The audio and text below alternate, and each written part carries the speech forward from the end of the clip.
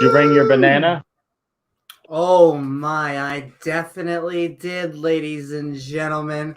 Welcome to tonight's episode of Midnight Ranting. Bad arguments for Christianity? Dun dun dun. And fish fruits. Oh my. Where tonight we are watching a video called The 3 Worst Arguments Against Christianity I've Ever Heard by Living Water's own Ray Comfort. That's right. Been a long time coming, Ray. That's what she said too. That's what she said, or he. So come join James W. and myself, Amy Newman, for what's sure to be a syllogistically good time.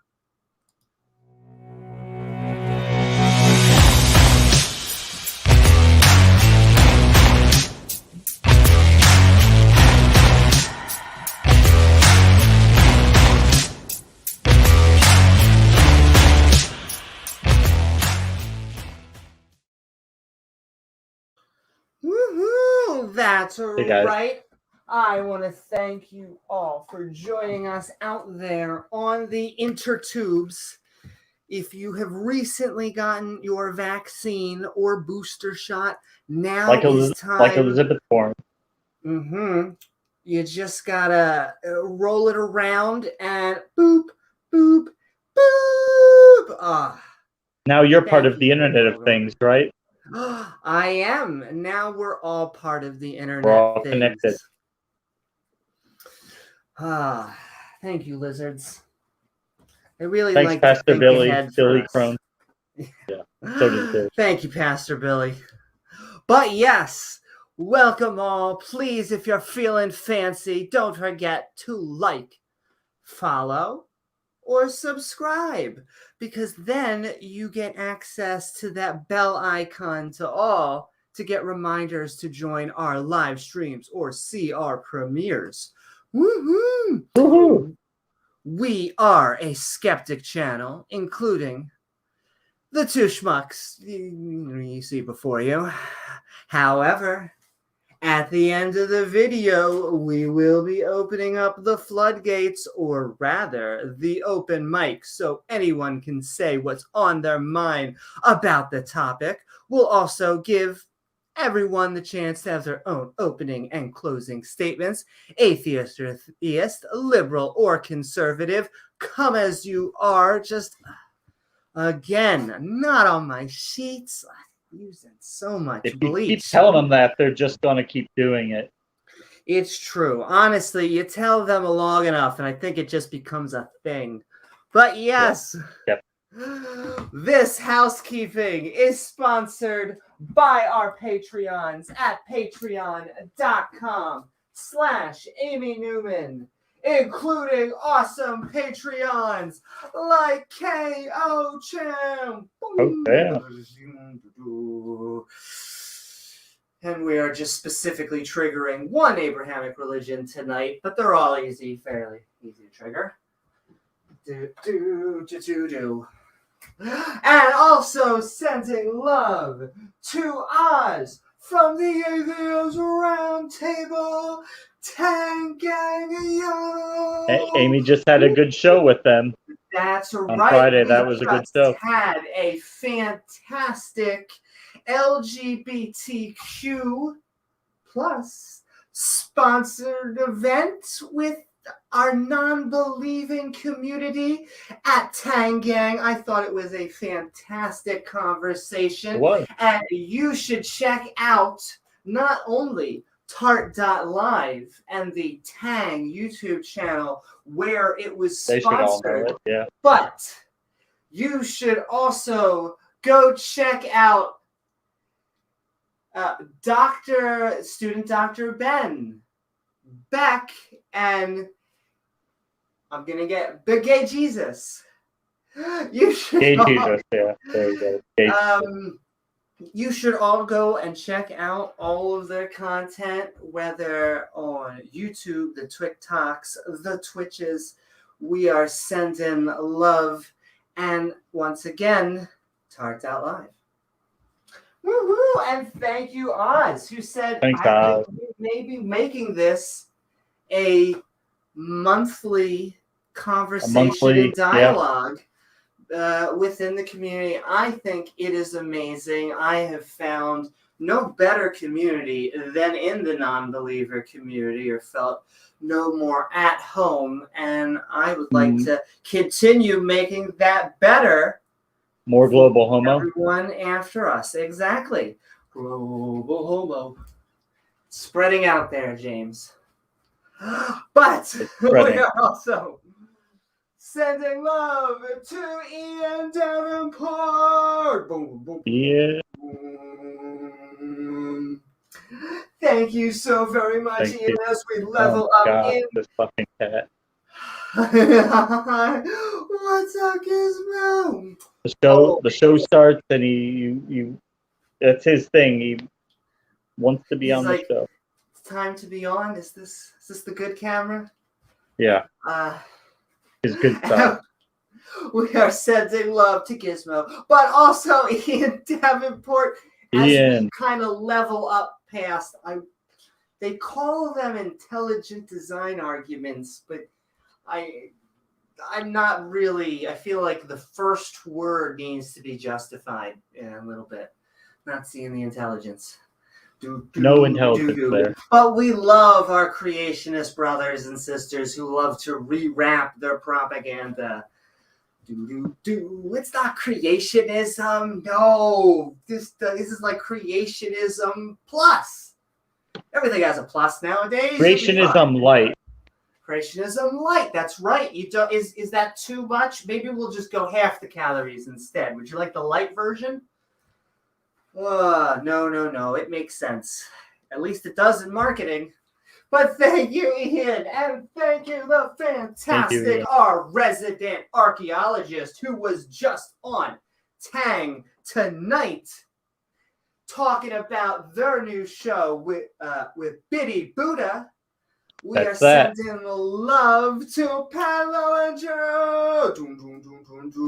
And there are many awesome episodes that you can check on, like Talk Skeptic to Me on the channel, including an archaeological look at sacredness, where, once again, we learned that sometimes it's just much easier to kick the old religion out and come on in with a new coat of paint.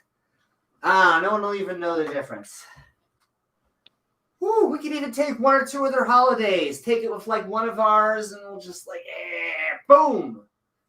Once again, marketing. Hey, preacher.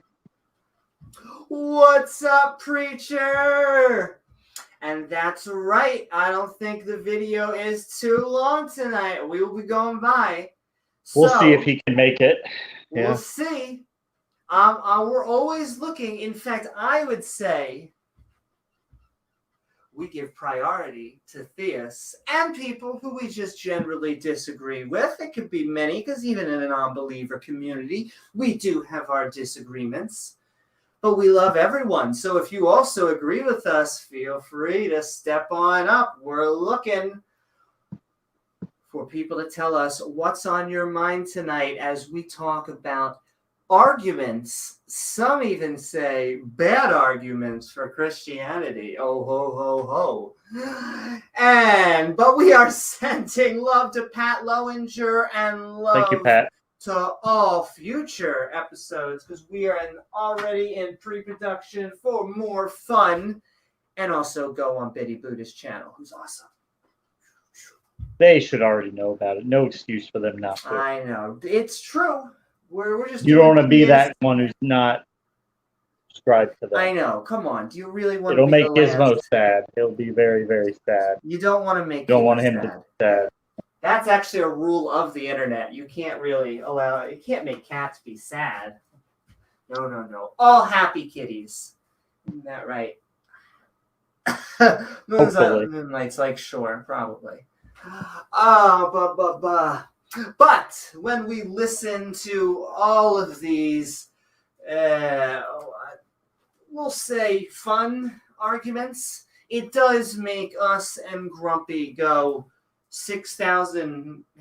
I'm sorry, what? 6,000 years old? And you can make a star form in that. Okay, actually, I think that's going to make me bleep, bleep, bleep, bleep, bleep, bleep, bleep, bleep. Yeah, because a grumpy old cuss and the rest of the skeptic community ain't taking that.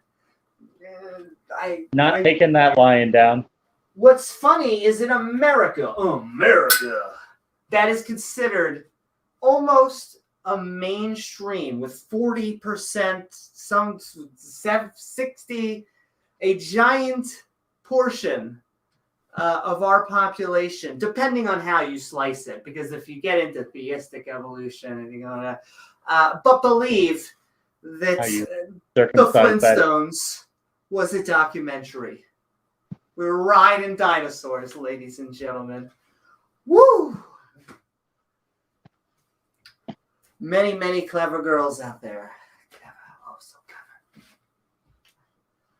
I wish Jurassic Park. That would be fantastic. The funny thing about the first Jurassic Park, the way that they get out, that nature finds a way, is that they neuter them, in that they only allow females. And so they reason that by only allowing females on Jurassic Park, there will be no mating. No mating means no new dinosaurs, means control of the park. Right. Of course, what happens is that lizards, there are specific versions that have genes, like your salamander, that not only can do cool things like grow back limbs, some of them, when stressed, when pushed into environments that they can't really reproduce fast, it is actually females who can, in rare instances, have hemodaphic, they can clone themselves. Is the best way of saying it. Parthenogenesis. Yes. I think the term. And so nature finds a way, ladies and gentlemen. Nature finds a way. No God needed. And it's not science fiction. That part is true. In the movie, though, they changed their gender. Some of the females were able to become males somehow, I think. Really? I think it's through that way, and then through new eggs, you then just get regular. And maybe because the parthenogenesis, I think they can, but I think all the offspring will be female, although I'm not 100% sure about that. See, but then if they're all female, would they then just go on cloning? I know in a lot of them it can be dual, in that you can have both this way of mating and reproductive through male and female. But I guess old books aren't reality either. Well, no, a lot of those, and I mean, he also wrote Westworld, and while I'm not sure if I'm trying to fulfill that or get away or prevent it. But yes, he was basically at the edges of those. But it's always interesting. They turn the frogs gay. They turn the frogs gay. Thanks, Alice. Nonetheless, they seemed happy and fabulous. Anyway, well dressed. Very well dressed. They were fantastic. My friend Bob, always on time for work, so I voted yes for marriage. What we're talking about, sending love to not only a grumpy old cuss, but 3 princesses in 1. Diana Smooth. Thanks, Diana. Boom, boom, Sailor Moon. I meant to do that. I was testing physics. Woo! Unlike Kent Hovind, who I think that's what his degree is in. I think he got a degree in testing physics. Yes. Each wife came new experiments in which he could find out whether Newton's laws were true. And it turns out that compatible with the Bible. Yeah, compatible with the Bible. That's right. And it turns out that if you hold the Bible up one way, you're right in that if you just go K6784237 right on the top. Oh yes, that's right. You're gonna need a lot of time to read that Bible, baby. 18 hours a day to read that Bible, Amy? Hey, I'm just saying, if there are four walls around you, you have lots of time to test physics. Maybe someone will test physics on you. Yeah. But we love Ken Hovind, probably, maybe, sure. But also sending love to Dale Pastel. Thank you, Dale. Who reminds us that, we're kind of just looking for empirical evidence. I wonder if empirical evidence, that has to be one of the bad arguments, I assume, because, the demand for evidence. Yeah, asking for empirical. I mean, it's the supernatural, James, the paranormal. It has the bullshit packed right into the words. Metaphysical. Okay? Metaphysics, exactly. It's not real physics, it's metaphysics. That's right. Just like alternative medicine. Do you notice a pattern here? We could just Occam's razor some of these words. It'd be really fantastic, wouldn't it? I have really missed speaking of alternative medicine, James Randi. What a loss for the skeptic community. Indeed. I would love when he would go up on stage and he'd take an entire bottle of homeopathic sleep medicine. Like, he's like, don't take more than 2 in 24 hours. Like, yeah, I'm going to take the whole bottle and I'm not going to be sleeping. Because it's water. It's basically literally nothing. Just water. Just diluted. Diluted more than probably most of our tap water. Probably. But hey, I'm sure it'll cure something. It makes people lots of money. Exactly. It pains me that stuff is actually in pharmacies. Like, I used to work at Walgreens. And I used to pass by that shit. It used to pain me that they would. Next to Night Preacher. We're sending love to everybody. In fact, we are sending love to not only Dale Pastel, who is asking us to look for empirical evidence, but speaking of empirical evidence, well, Dave Gar and, James and I, we couldn't help ourselves but thinking the world looks a little round. And man, even the creationists, they're like, ugh. Look, guys, we thought we were being contrarian. It felt cool to, hand out Bibles. But then, the one kid, held up this one verse and, oh, my God, now he's trying to bring it up in every chat, how the world is flat. Can you just, we know. We feel your pain. It's okay. They deserve it, though. And I'm half gay. It's okay. They earned it, though. They deserve it. Look, if you believe even a single thing knowingly, because I'm sure, but if you knowingly even let yourself believe something, one untrue thing, then it kind of gives yourself permission to believe as many true things as you want. And it kind of cuts yourself off at the heels to really criticize anyone else to when they are now believing something on, well, where did it come from? Right here, right in the gut, right in the heart. When you in the brain? Oh, really? Were you awake at the time? Well, when I mean the brain, I kind of mean the brain up here. And up vat? Everywhere. And up there. It's anywhere but in the skull. The brain in the vat, right? The brain in the vat. Yeah. The only place that I like brains, I need them to be put up to a certain temperature and boiled. And then you just add a little salt and put a little sugar on the rim. Is that Mama's Definitely. secret recipe It is. This is Mama's secret that she used to recipe. make? When Yeah. you are plugging yourself out of the matrix, it just hits the spot. Da da da. But yes, we are sending love to Dave Gar and even Dave Flurfs, Gar. who don't like being called Flurfs, which I find the funniest thing. Listen, it's Too my bad. PSA every time.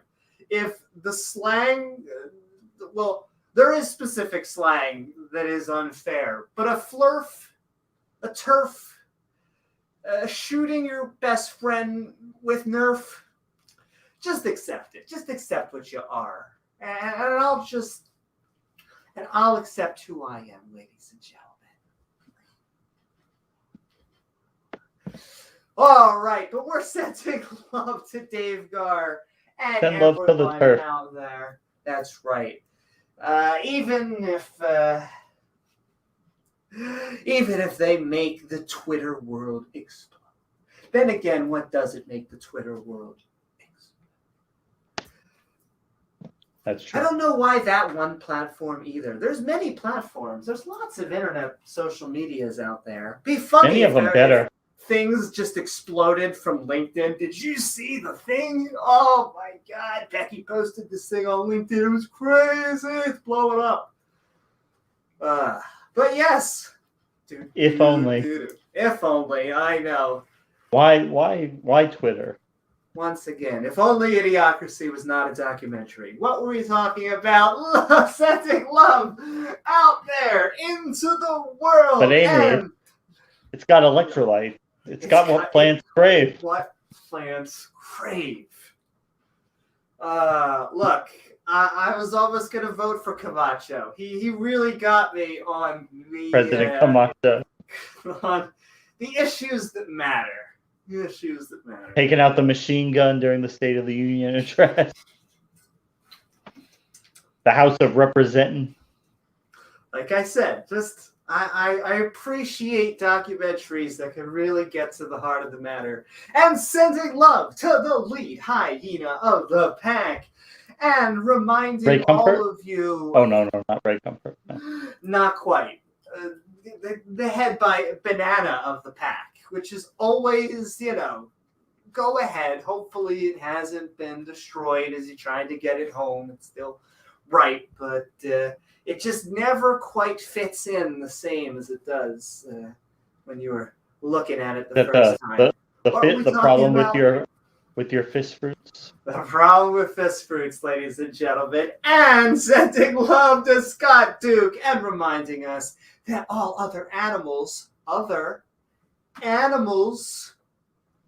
are fantastic, awesome, and fabulous. You calling us animals? Calling us animals? Are you saying that my uncle is a monkey? Well, I never met your uncle. Bring him down. No. I would not insult monkeys like that. And we are apes. Don't know why this is hard to understand. And I don't understand why they have the funny thing one of the most annoying things is getting told you're trying to push a narrative when you are pushing reality. I use the word literal science. Why add extra words? And so we are just sending love to the human beings that understand that no, we didn't come from pond scum. That's not what we mean. Yes, ponds with scum actually are filled with bacteria. That's the one thing. Yeah. They don't even understand the concept of really what they're even making fun of. That is the irony. It hurts. But we are sending love to all of you out there and reminding you that we are at least one of the most fantastic chemical reactions in the universe. We're awesome. I mean, supernova are cool. Black holes are fantastic. And we are. And doesn't have to be a race. We can all be equally amazing and look up to the stars and share. and understand. They also criticize the fact that atheists, non-believers, or just scientists say that we come from stardust. Another thing that pisses me off. I don't understand how you could take that sentence and twist it into anything negative. Somehow they do. Yes, we are at least second generation. Our sun is at least a second generation star, and we at least are come from that and come from the death of the original stars that have died, supernovaed, and exploded to give in that fusion all of the heavier elements, so we could live, breathe, and go order Wendy's. Exactly. There you go. Great mind, Shane.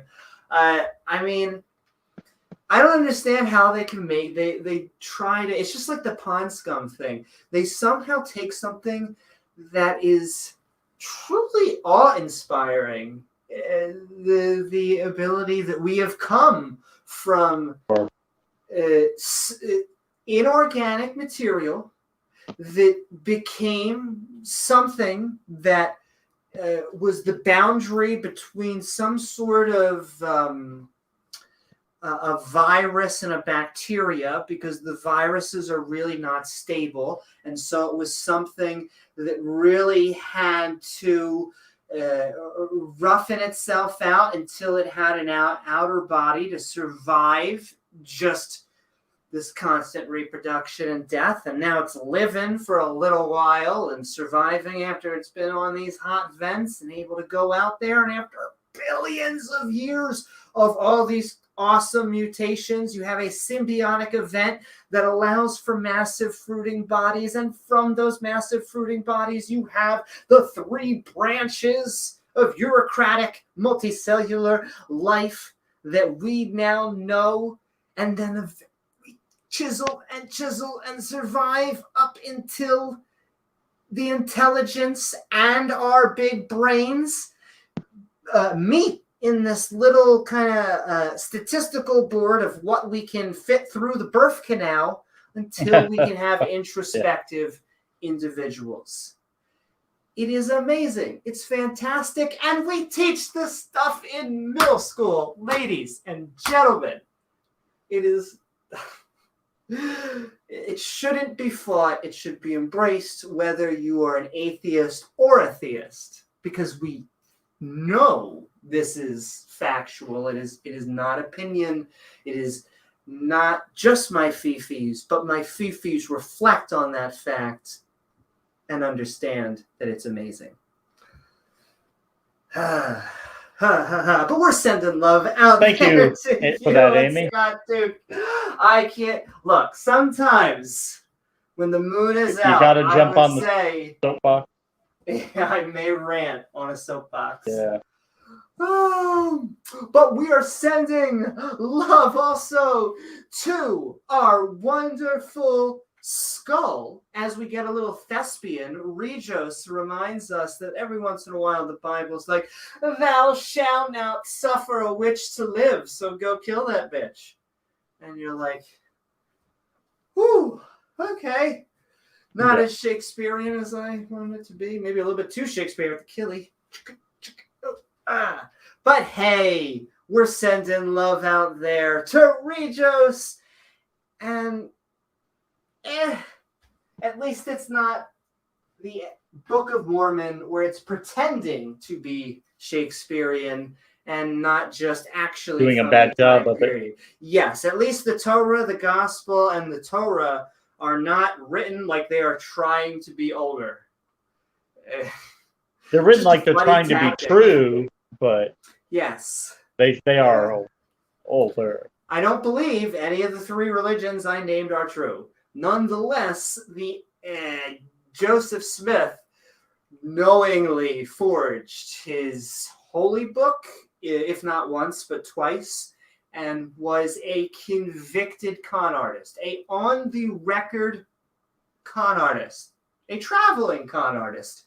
I don't know how many more words I could put before there, but I'm sure if I went through Joseph Smith long enough, I could. Oh, no, really, you could help you find water? Really? Oh, this is great. No, I'm going towards water. Oh, you paid in advance? Great. No, you go that way, I'll go this way. Yeah, no. The water's there. It just won't be there until next week. Exactly. And you I'll know be what, gone, James? but don't worry about it. It will be there, okay? And exactly. Not only will it not be there, but do you know where the water really was? It's in our heart the whole time. Oh, it was written on our heart? It's written on our hearts. Now, the check was written on paper. The rest of the stuff was on our hearts. But like you said, as long as we'll be gone the day after. You'll find it, probably, sure. It'll be there. If not, It'll you didn't be pray there. enough. Officer, I swear, it'll be there. The town will be fine. They're not. God works in mysterious ways. Can't blame me for God. That's an act of God. Exactly. Act of God. If God wanted to, he would have helped them find it and not allowed them to be swindled. No religion. But yes, we are sending to rejoice. And last, but certainly not least, we are sending love to Rachel Holland. I can't sing any more of this copyrighted song. Can you twirl? Or oh, baby, can I? Oh, you have your headset back on. That's right. I'm wireless. It now with my 5G chip installed from the New World Order, I am good to go. You know, I guess the Old World Order wouldn't have sounded cool. It's got to be everything has to be new. Got to add Neo to it. And would you want to be part of the Old World Order? No. Yeah, and New World Chaos wouldn't work either, I guess. They just didn't have their shit together. So it's gotta be new, it's gotta be global, and it's gotta be in order. Global homo. Global homo. The marketing team works hard on this. They don't really work on what's true, but everything else is fantastic. And we're sending love to Rachel. Rachel, yeah. Oh my lordy. Yeah, in fact, we're sending love to Moonlight, as he likes to, and all kitties out there. We're sending in and out. That's right. Look, and it's so funny. They really do have their own little lives, and I don't often get pushback on the cats, dogs, not having any type of thoughts, but every once in a while, you get the ones that really just seem to have they can't think at all. They're just like, ugh, which I'm fairly sure is, I'll skip my jokes about our education system. I love our education system. But Ken Hovind. I taught high school science for 15 years. I don't think there's intelligent life on this planet. I taught high school. Well, and there might be a reason for that, Kent. In fact, I would say the direct irony in that is people like him are why it's so bad. Western education is actually pretty decent. It's just America. And I, once again, not sending hate to America's teachers out there. It is a coordinated... It is not like a worldwide conspiracy, but there are people out there working together in churches and institutions that want to teach either their version in or get the science out. And so... Yeah, definitely. Whew. Nonetheless, we are sending love to all of our Patreons, in fact, our mods, the people in chat, and viewers like you, because you guys are who enable us to make this content.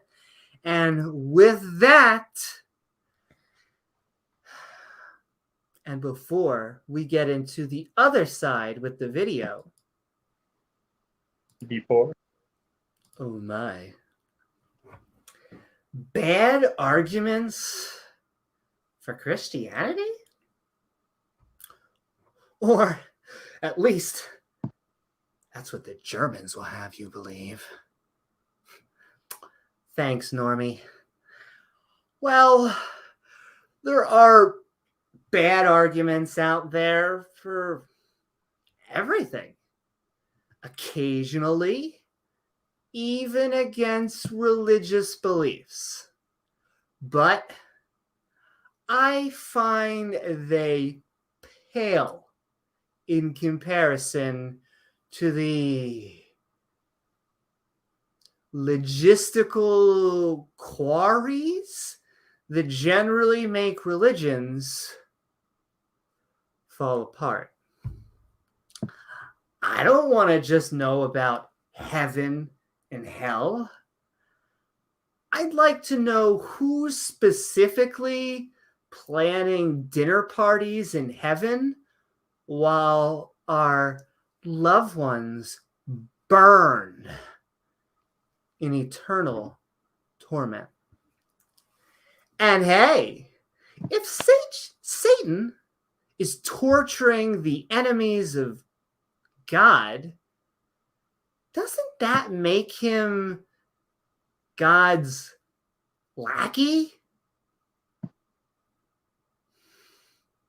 Though careful, if we ask too many questions, we sometimes run the risk of being thrown out of our denomination, or apparently into the lake of the damned, which I hear has a lovely view next to the souls of the undead.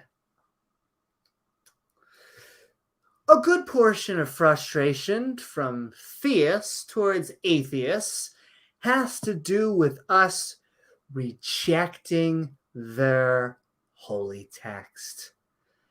After all, a book says a thing is not a valid argument. Skeptics, non-believers, and the like need more evidence, even if the text itself says 100,000 billion people witness someone coming back from the dead. Or 500. Or just my friend Steve.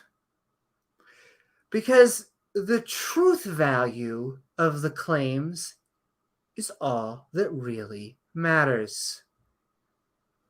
We don't care how bad something could be, and that's rarely the reason an atheist will give for why they don't believe. So when a Christian says there are bad arguments for Christianity, I'm open-minded. Someone could no true Scotsman their interlocutor or straw man their views.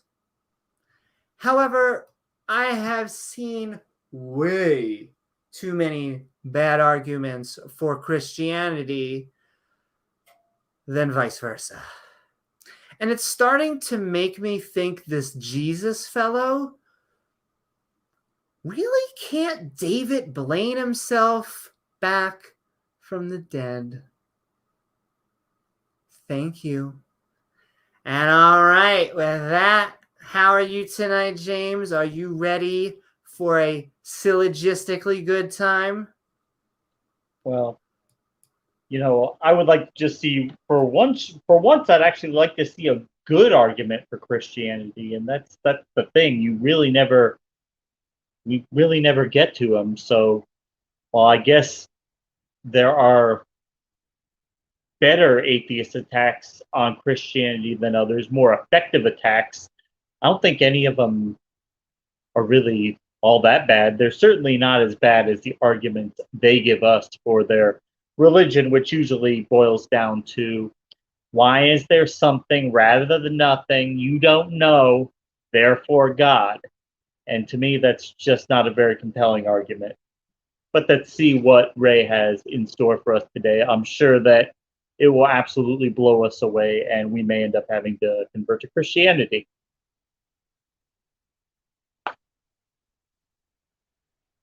Woohoo! Thank you so very much, James. And all right, with that, we are going to watch a video from the other side. In fact, we are going to specifically be watching a video called "The 3 Worst Arguments Against Christianity I've Ever Heard" from Living Waters by their very own, the only Banana Man, Ray Comfort. Living Waters? Which is once again way better than Dead Waters. Definitely. And then we'll be going into our open mic so you can tell us about all the wisdom that you heard. But with that, let's break into the fun with open up the water. Arguments for Christianity. Dun, dun. Open them up. Dun. That's right, baby. And if you are out there in the interwebs, it doesn't matter if you're on Twitch, Facebook, or YouTube, we will be saying hello to everybody that pops up, along with reading anyone's question, comment, or one-liner up on the screen by tagging James W. or myself, Amy Newman, in chat. Helps us see it on screen ourselves. And with that, we're going into the fun, ladies and gentlemen. The Banana Man himself. People aren't dumb, but their arguments certainly can be. What were you in the last life? I like to think that I was. We're already, I will say, this may be, I wouldn't normally pause it this fast. This might be the only time that we will agree with Ray. Yes, people can be dumb. Or actually, he said people aren't dumb. I would say that the most, we're trying to be charitable, but I think the logic we're about to hear tonight may refute his own statement. It could be called dumb. Some people call it dumb. Some people call it dumb. No. I'm sure these are going to be brilliant arguments. Brilliant.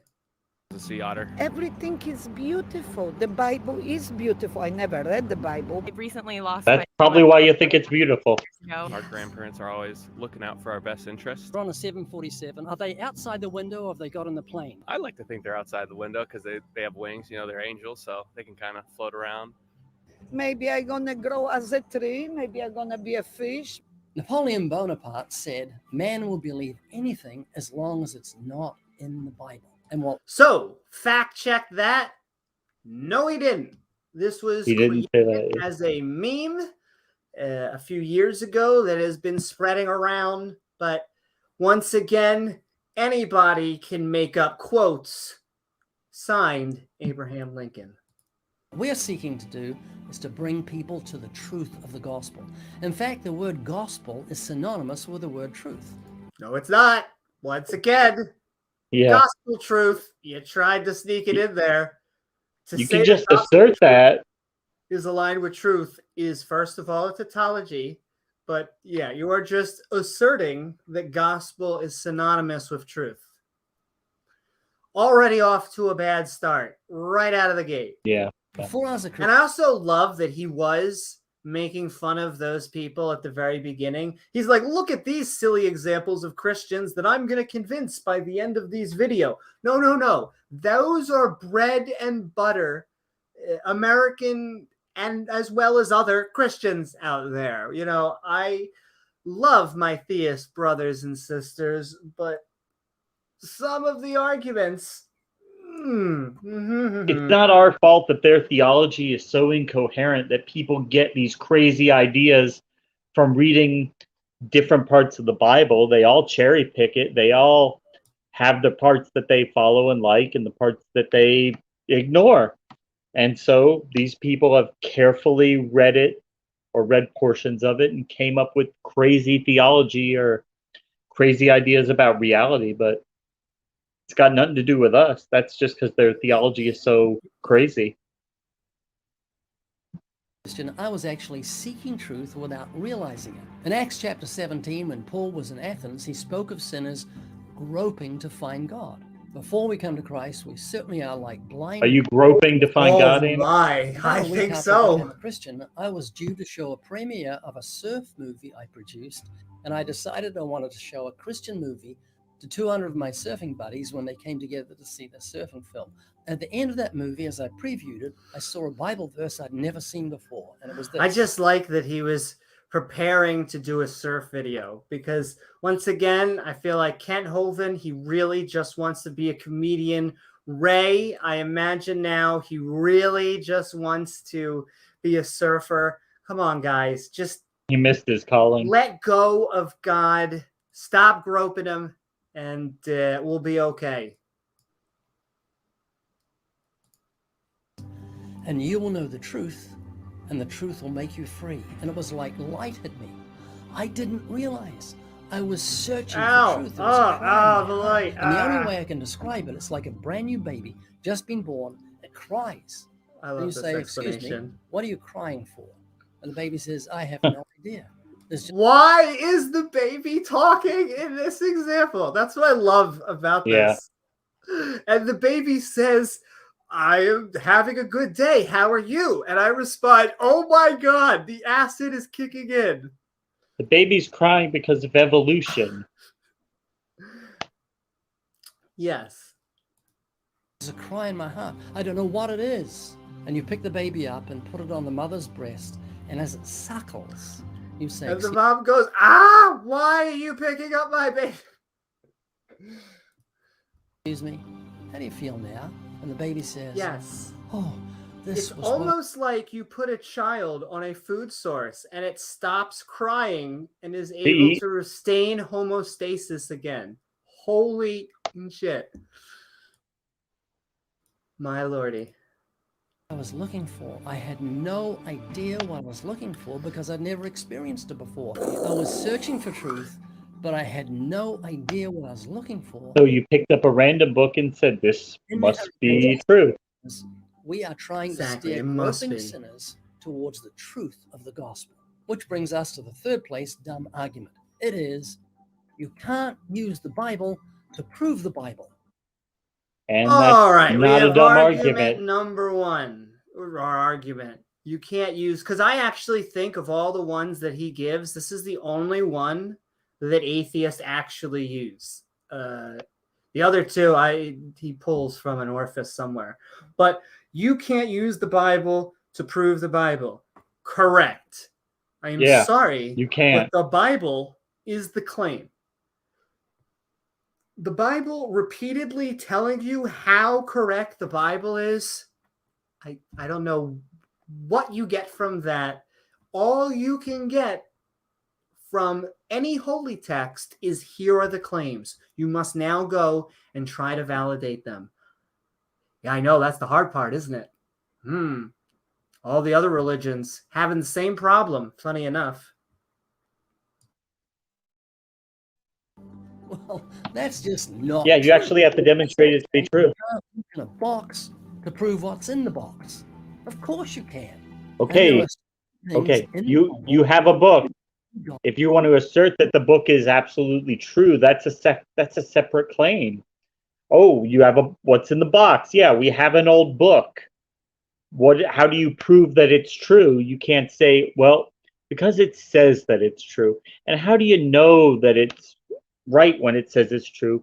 Because it can't be wrong. Why? Because it's true.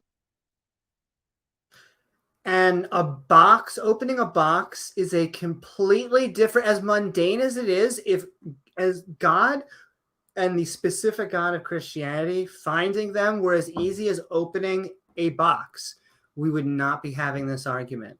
Like that, most, if not all, analogies break down. This has no legs to stand on.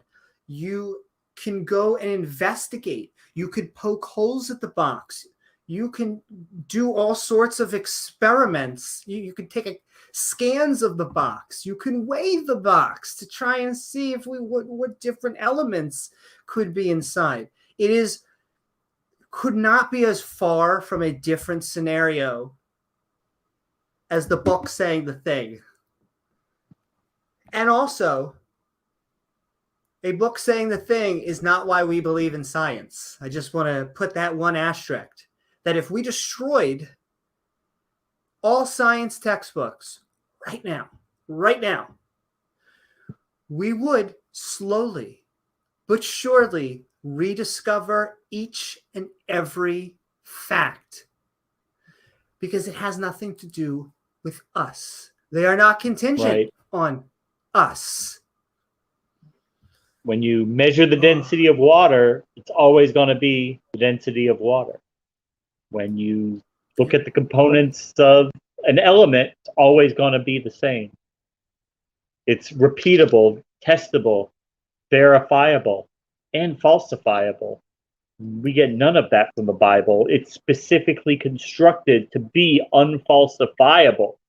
And that's where they hang their hat on. Not that you can prove it to be true. It's that, well, you can't prove that it's not true, which is not very convincing.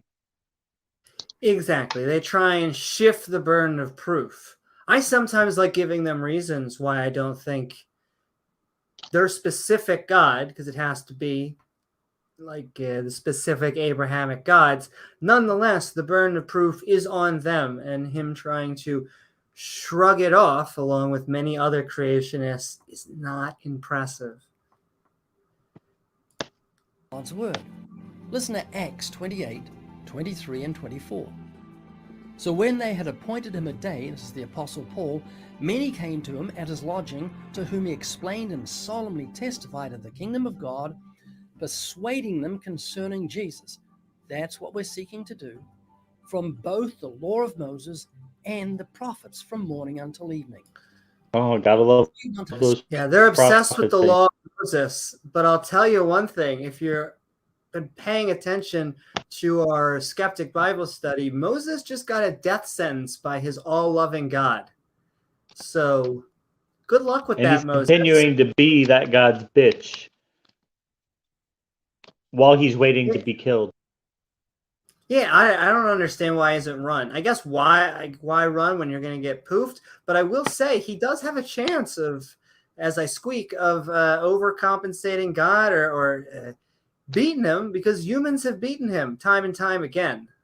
I don't know how. He's supposed to be all powerful and all this other Iron stuff. Chariot here.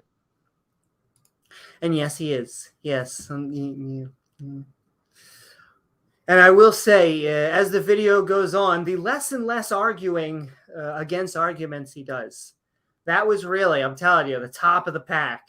But let's get to the more fun as it deteriorates. People concerning Jesus, we should do so both out of the law of Moses and out of the prophets.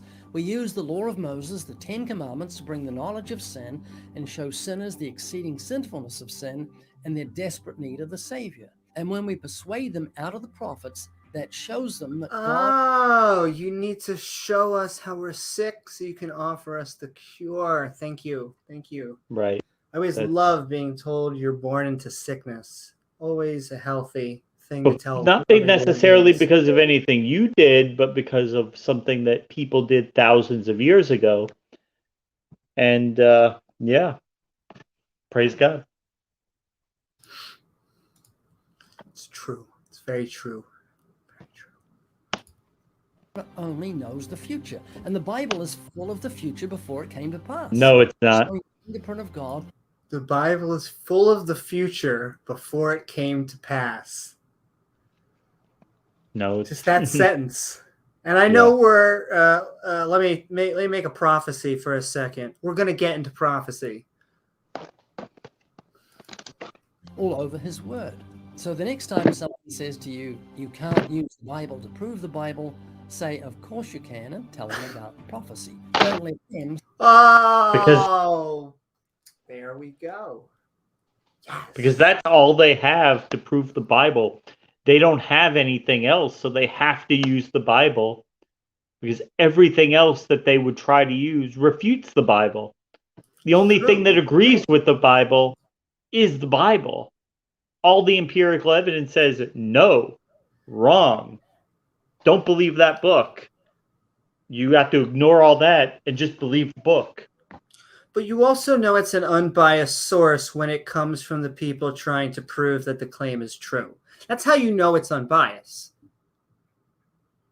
I think. Sure.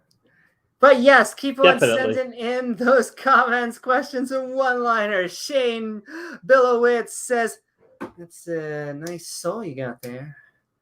Shame if something might, happen to it. Yeah, God the mob boss loves to be present whenever he can. And somebody whose income depends on this thing being true. Exactly. Not only, well, it's a trifecta. Not only are they selling the invisible product, not only are they tax-free status, so they're basically printing money.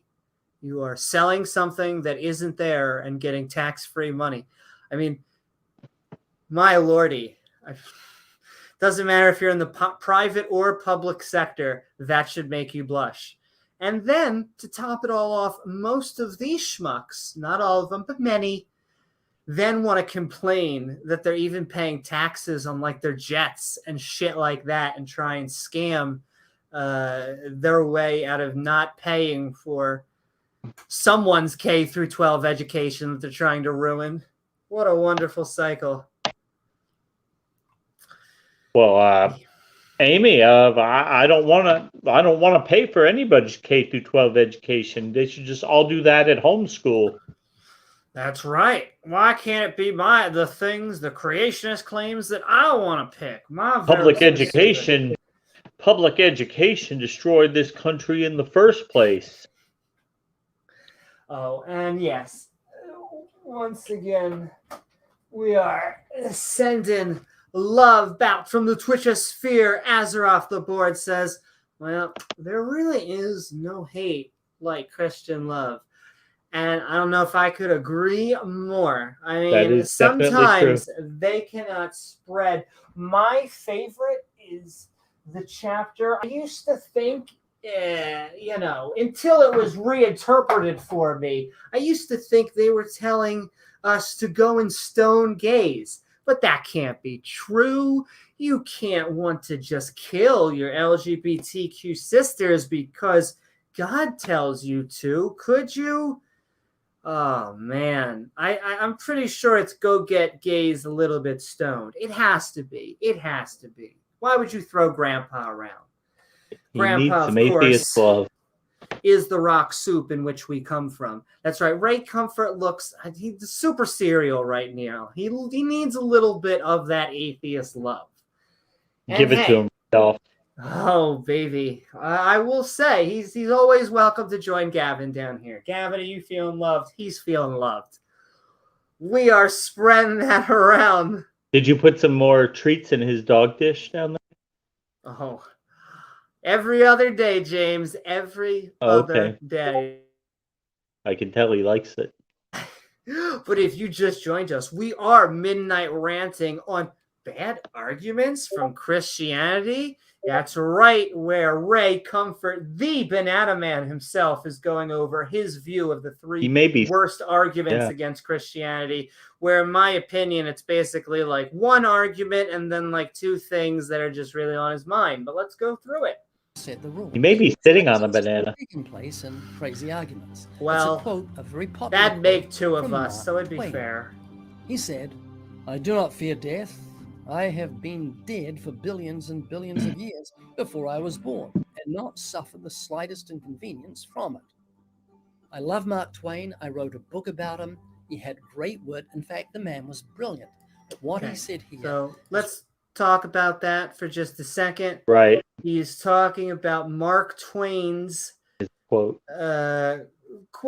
And I've heard this from other atheists, and Ray Comfort is about to twist what he is saying, but we have not been alive for the 13.5 billion years that it took for the universe to expand from the Big Bang. It took 4.5 billion of those years from life to get us to where we are today. It was not just, and we felt nothing. We felt nothing before that time period. We were just not here. Our parents had not conceived us. And after we go, we won't feel anything as well. We will Be a similar continue fate. like exactly a similar fate, like it was 13.8 billion years. And it's a weird to say it because we are used to living. This is what we do. And our consciousness All we've known is a function of our brain and our body, and it's who we identify as ourselves. It's very weird to think that there's going to be a time while we're not here. And it's also why I think that we should stress about living in this life and enjoying this life, because you're only, if you mess up, if you do something wrong to someone else, if there is some sort of thing that you have not wanted to do in your life, do it now. Do it as soon as you can, because there's only going to get one life that we know have. I'll put it with an asterisk. I can't say with absolute certainty that there's no afterlife. There's no reason to think. Incoherent. There's no, exactly. It's a concept that lacks a function and a reason. Yeah. We know of no mechanism that would allow consciousness to survive the death of the body. There's just nothing in reality that tells us that that could happen. And even if we did, it would still need, sound like Jordan Peterson, it's still going to need, well, you need a physical substrate. I was going to say, he says a metaphysical substrate for all his words. You need a physical substrate, which is just saying you need a vessel, some sort of way to connect with the physical world. Because if you're not, you're just pure energy. There is only matter and energy. I don't know any other things. I'm welcome. I'm open to it. But we're not getting. We got Dale out there. Woohoo! What's up, Dale? Sending so much love. And this we were going through a few topics tonight, and this really, oh man, like the amount of stupid that just Ray is able to gish gallop through his lips is fantastic. Like someone was saying, Ray, look, he seems like a nice guy. Look, I agree. In some respects, if I were to put creationists in a lineup, Ray would not be the meanest of the list. I've seen him have conversations with Matt Dillahunty that were productive is a hard word. Interesting, good dialogue. He met with Thunderfoot too. Yeah, and so look, Ray, of all the people that we pick on in this show, he is far be it from the worst of the offenders. I think he's sincere. I do think he's a real believer. Where somebody like Ken Hovind, you might have more questions about their sincerity. And there's some, you gotta separate the beliefs from the person. There are some people I don't like who they are as a person. There are some people I don't like their beliefs. And sometimes it correlates in the end. But they don't have to be mutually exclusive. And we have tons of fantastic theists, ladies and gentlemen, on this channel every day. Send in love to them. And hey, if we are the skeptic community, like the fantastic comrade Jerry, along with all of our favorite non-believer and just fantastic skeptic. Trying to think. I'm going to say the A word. We got to normalize atheism, don't we? I like to be as big a tent as possible. Nonetheless, I'll bet you do. the agnostic atheist, it's a peanut butter and chocolate. I can just not freaking get enough of. And so we are going to move through. We got a few more minutes of the main topic. And so we're going to make our way through that. And then we may just cruise on to a little extra as we go on into the open mic. Because Ray loves his evangelicalism. And I do often get asked sometimes or pointed out, aren't you guys just evangelicalizing atheism?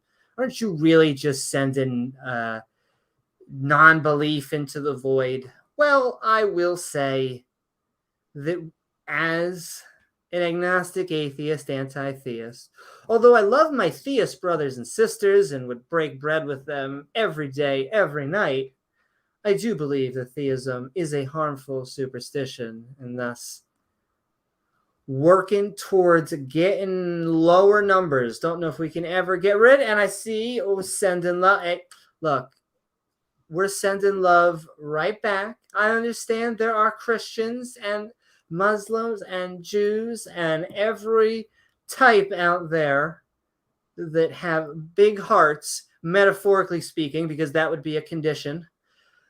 And we're sending that love right back out, even if we're a little bit skeptical of theistic claims. And Shane says, a little bit. The dinosaur on the shelf in the background should have a tiny person figurine riding in it. I mean, that's true. I mean, if you're gonna, you should fully commit. I do love when they try to wrap themselves in scientific artifacts and then try to preach anti-science. That is my my favorite Flintstone, the documentary. Ranting. And all right, keep on sending in those comments. We'll do another. Then we're going back in, tagging James W. and myself, Amy Newman. That's right, the godfather of atheism. I'm gonna have to ask you to take a seat. He says, Al Pacino, you know. I'm gonna make you a deal. Giving hearts and saying thanks for promoting hashtag normalizing atheism. I appreciate it very much. And look, we are a worldwide global. We're a global. I keep on. She's got that word so deep in us. That global hobo here. I was gonna almost say global hetero, but then global bi, global everybody. It doesn't matter which country you are on. We are trying to normalize atheism because the A word has a heavy negative connotation to it. And especially here in the United States of fried Jesus, where, a lot of people associate being a good person with being religious. Faith is looked at as a virtue. And if you don't have faith, then you're lacking some type of virtue that these other people have. And that's just not the case. We're just not convinced. I really don't see any reason to believe. Exactly. Not holding people to gunpoint. We're just not convinced. Even though I feel like religious claims may have done that to people in the past. Really dumb, and let me tell you why. When he said I've been dead for billions and billions of years, it just wasn't true. He wasn't dead. If you look up the word dead... No, I know. Once again, yes, we were not dead. We were just not alive. And I love this type of stuff. I really wish they nitpicked this hard when I'm like, well, Jesus was dead.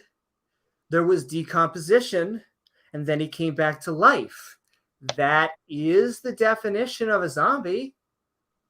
I don't see where the logistical differences are. He may not be going for your brains. Actually, I take that back. In the dictionary, it means no longer alive. So I shouldn't have to explain this, but he wasn't dead before he was born. He didn't exist. Which brings us to number 1 in the Dumbest Arguments Award, the envelope. Once again, it wasn't an argument. That was Mark Twain trying to point out why you shouldn't fear death. Because Not dying. Yeah. Death. It's the similar state to before you were born, even if the term, he's trying to circumcise an ant here. Indeed. Please. And away back. And the winner is, I don't believe in hell, which is, ladies and gentlemen, not an argument. No one says, I don't believe in hell, therefore God is not real. I don't believe in hell, therefore Christianity is not true. Like, you're not even wrong. Hell is, the whole concept of it is deeply immoral and evil and reprehensible and just vile in every sense of the word. But not just not believing. I don't believe in it because there's no evidence to think, there's no reason to think it's real. Yep. A book says that it is. That's all we have to go on. We don't have any other good evidence to base that on, and that's not even good evidence, unless you want to count the people who claim to have been to hell as evidence. But I would think that's not very strong evidence. And those are always near-death experiences. And you know what I don't like about near-death experiences? Well, I'm glad they're alive. Nonetheless, don't bring that as evidence because they are near death. They are not death experiences. They are not you actually dying and coming back. They are you maybe losing consciousness. They are you maybe having your heart stopped or not getting enough oxygen to your lungs after someone or before someone needs to do CPR. They are your brain failing you. And of all the explanations, hell being real after you overdose on something, choke on something at Applebee's, like, doesn't count as evidence for a god. At least not good. Yeah. Well, there's that, and then there are the fraudsters who claim that God took them to hell and allowed them to witness the carnage there. But that's all we have. We don't have any other evidence other than anecdotal claims, which are not strong evidence. Hey, Shane. What is up? And Shane the Skeptic, more great content out there. Tons of awesome non-believers going out there and having amazing dialogues. Unlike, I will say, not to take another pot shot, as I will keep doing, at religion, but just the so many denominations. It's just, they go after each other's throats. They do the No True Scotsman purity test just out the window. You're not a real Christian. Oh my Lord. You just never hear that from... You're not a real atheist. You're not a real atheist. Do you believe in a God? No. Congratulations. It's all it took. Yeah. Don't believe in hell. The epitome of conceit is to think that reality not an argument. Changes. You're not rebutting an argument. You're rebutting what is someone's belief. That is a belief. I do not believe in hell. Because there's no good evidence to believe in it. And he never I don't believe in heaven either. Exactly. Even if heaven was nice, I still don't believe in it because I don't have any reason to. Yep. Just because I don't believe in it. I don't believe in hell, therefore hell doesn't exist. Well, try that with the sun. look at the sun and say, I don't believe the sun exists. Not a proper analogy. This is Not what at we all. may often tell to flat earthers, what he's about to give his whole little spiel. Creationists must feel fantastic when they make these type of arguments, because, you know, they get to feel like the skeptic, like, oh, go pretend like gravity's not real. No, that is not the same thing as saying hell is not real. We have no evidence for hell. We have lots of evidence for the sun and gravity. But thank you anyway. It's not going to change reality. It certainly matters what we believe. Let me tell you why. A man in South Africa in 1988 wanted to paint his A-frame roof. So he tied a rope around his waist, threw it over the roof, and yelled to his 9-year-old son to tie it to something secure. And his son did. He tied it to the car's bumper. His wife came out not knowing what had happened, car keys in hand, got in the car, drove off, and pulled him over the top, dragged him 200 feet, which shows that you're only as secure as to that to which you secure yourself. And my point... What? Okay. That's a silly analogy, but okay. Yeah. Didn't have anything. I don't know how that points you towards a God. A young child did a silly thing and somebody got hurt. Okie dokie then. Is these sayings are dumb, but if people secure themselves to them because they believe in them... Oh, Ray, I agree with you for the second time. A lot of the sayings that you've been just saying are dumb. That could be to their eternal downfall. So again, what we're trying to do is to have sinners, or you could be flipped over a house, to the eternal rock of ages, to the one who said, I am the truth. Now watch this. Yes, I don't believe in the heaven.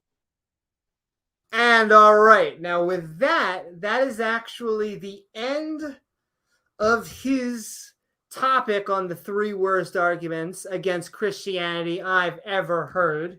We are going to be rolling into the open mic. However, while we're waiting for people to join, we will continue on from all of the wisdom, as we have been midnight ranting on bad arguments for Christianity, where the #1 banana man has been sharing.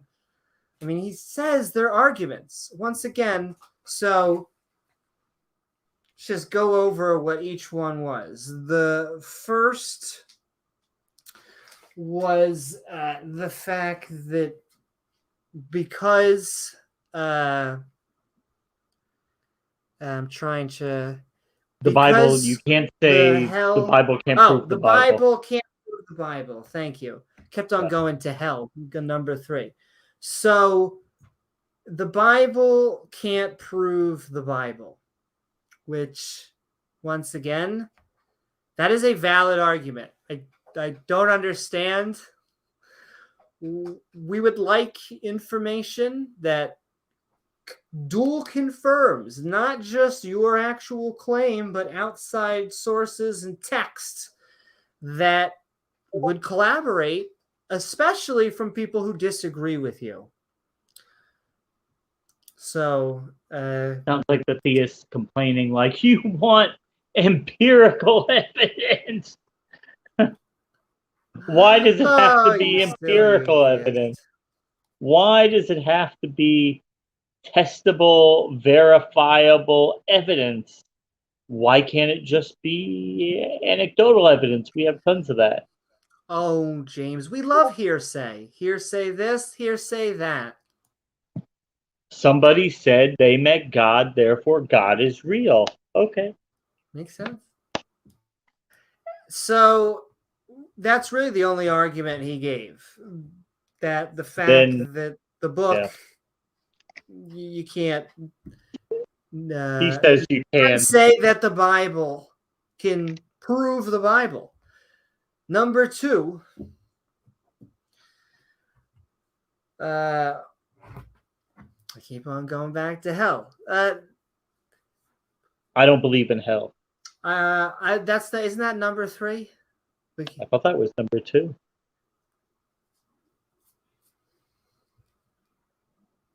Oh, Mark Twain. Mark Twain. He said that Mark Twain Death, yeah. death. So that's not an argument. Once again, they are not pointing out that we were actually the undead or not inorganic material, like he was trying to say. We get that we were that being dead is actually dying after you were born. The point is that we did not exist. And so we will continue to not exist after we die. We'll return to that state. We will return to that state. And this, once again, is not an argument. It's not an argument. It is a belief. If you don't believe in karma or anything like that, or reincarnation, then you're not going to believe in anything before. Same with you're not a theist. You're not going to believe in anything before, except for up to the Big Bang, which is what we can measure. There may be something else we don't know. Nonetheless, we weren't there. We were definitely not alive. And we will die. Death and taxes, unless you're Ken Hovind, the only two things we can be assured. And then the third, which is not believing hell is real. It's not an argument, just another belief. You just don't believe hell is real. So but we believe that because we don't believe any of the other claims. That's why we don't believe hell is real. So, and if hell was real, I'd want to know. It has nothing to do with, I don't believe that hell is real. It has nothing to do with, I think it and I'm suppressing it because it's super scary. Nope. Wasn't even grown up in a culture with hell. Didn't think I was going to have an afterlife. So I never missed anything. Never lost anything. I know, even as a theist, I was a theist and I never lost anything. What they're like saying is that it's like, well, you guys really know that hell is there. You're just tuning it out, even though you know you're going to go there. Do they? I don't. Do they think that atheists realize it's there, know we're going to go there if we don't believe? We just continue not to believe just because we're contrarians? I don't know. Yeah. Just need to be edgy, I guess. No, really. We want evidence. It has nothing to do. We're not hiding and suppressing it in our heart because that's not a real thing. You know you're using metaphorical language. I knew that you're using metaphorical language, so don't know what to tell you. And all right, with that, we are actually going to be sending a link into the chat if you just Facebook. Joined us. Woohoo! Sending love to our Facebook friends and Twitch and YouTube. We are going to be heading into the open mic soon. But if you just joined us, the 3 worst arguments against Christianity I've ever heard, including you can't use the Bible to prove the Bible. You were dead for billions of years and you'll be dead for billions of years after. And I don't believe in hell. Those were the 3 worst arguments that Banana Man gave. I am not convinced in his counter arguments. And woo-hoo. Yeah. All right. The force is weak with that one. Exactly. And we already have Mark Reed backstage, which means in a second we are going to be heading into the open mic. But did you have anything else to say about this, James? I don't think so. I just thought this was a good video when you brought it up because just so much stupid in so little time. And once again, to go with, I think, what Ray was saying at the beginning, we're not calling Ray stupid. We're saying this argumentation, even this counter argumentation from Ray, it's just silly. I think Ray is like projecting here with his, especially with his first one, because the whole "you can't use the Bible to prove the Bible." I think that one really hurts them where it hurts. They hate that because that's all they ever try to do. Prove the Bible, they pull out the Bible. That's all they have. Yep. And when you take their ability to do that away, they just really don't have anything else that they can argue except a long train of incoherent Bible verses, like taking 100 different movies and cutting out 2 or 3 minute segments from each movie and stapling them all together to make one really disjointed movie. Yeah. And Gizmo doesn't like it. Hold on one second. It triggers him. Leo Feely says, reminder, if you're using Twitch, be sure to inform your panelists Leo. to use the word Cheez-Its. Oh, I love Cheez-Its. I don't know why you... Okay, I guess so. You heard it here first. But we're sending love to Leo Felius. Thank you, Leo. And all of the skeptic, non-believing community, as well as our theist brothers and sisters out there. That's right. But if I start dabbing, will that kind of loses the effect? No. Okay. Ladies and gentlemen, we have been Midnight Ranting on bad arguments for Christianity, where we've been hanging out with the Banana Man himself. I hope you've had a fun time from the other view, but we are moving into the open mic. The link of chat will be on screen as we bring in Mark Reed. And with that, we are moving into the Midnight Ranting open mic.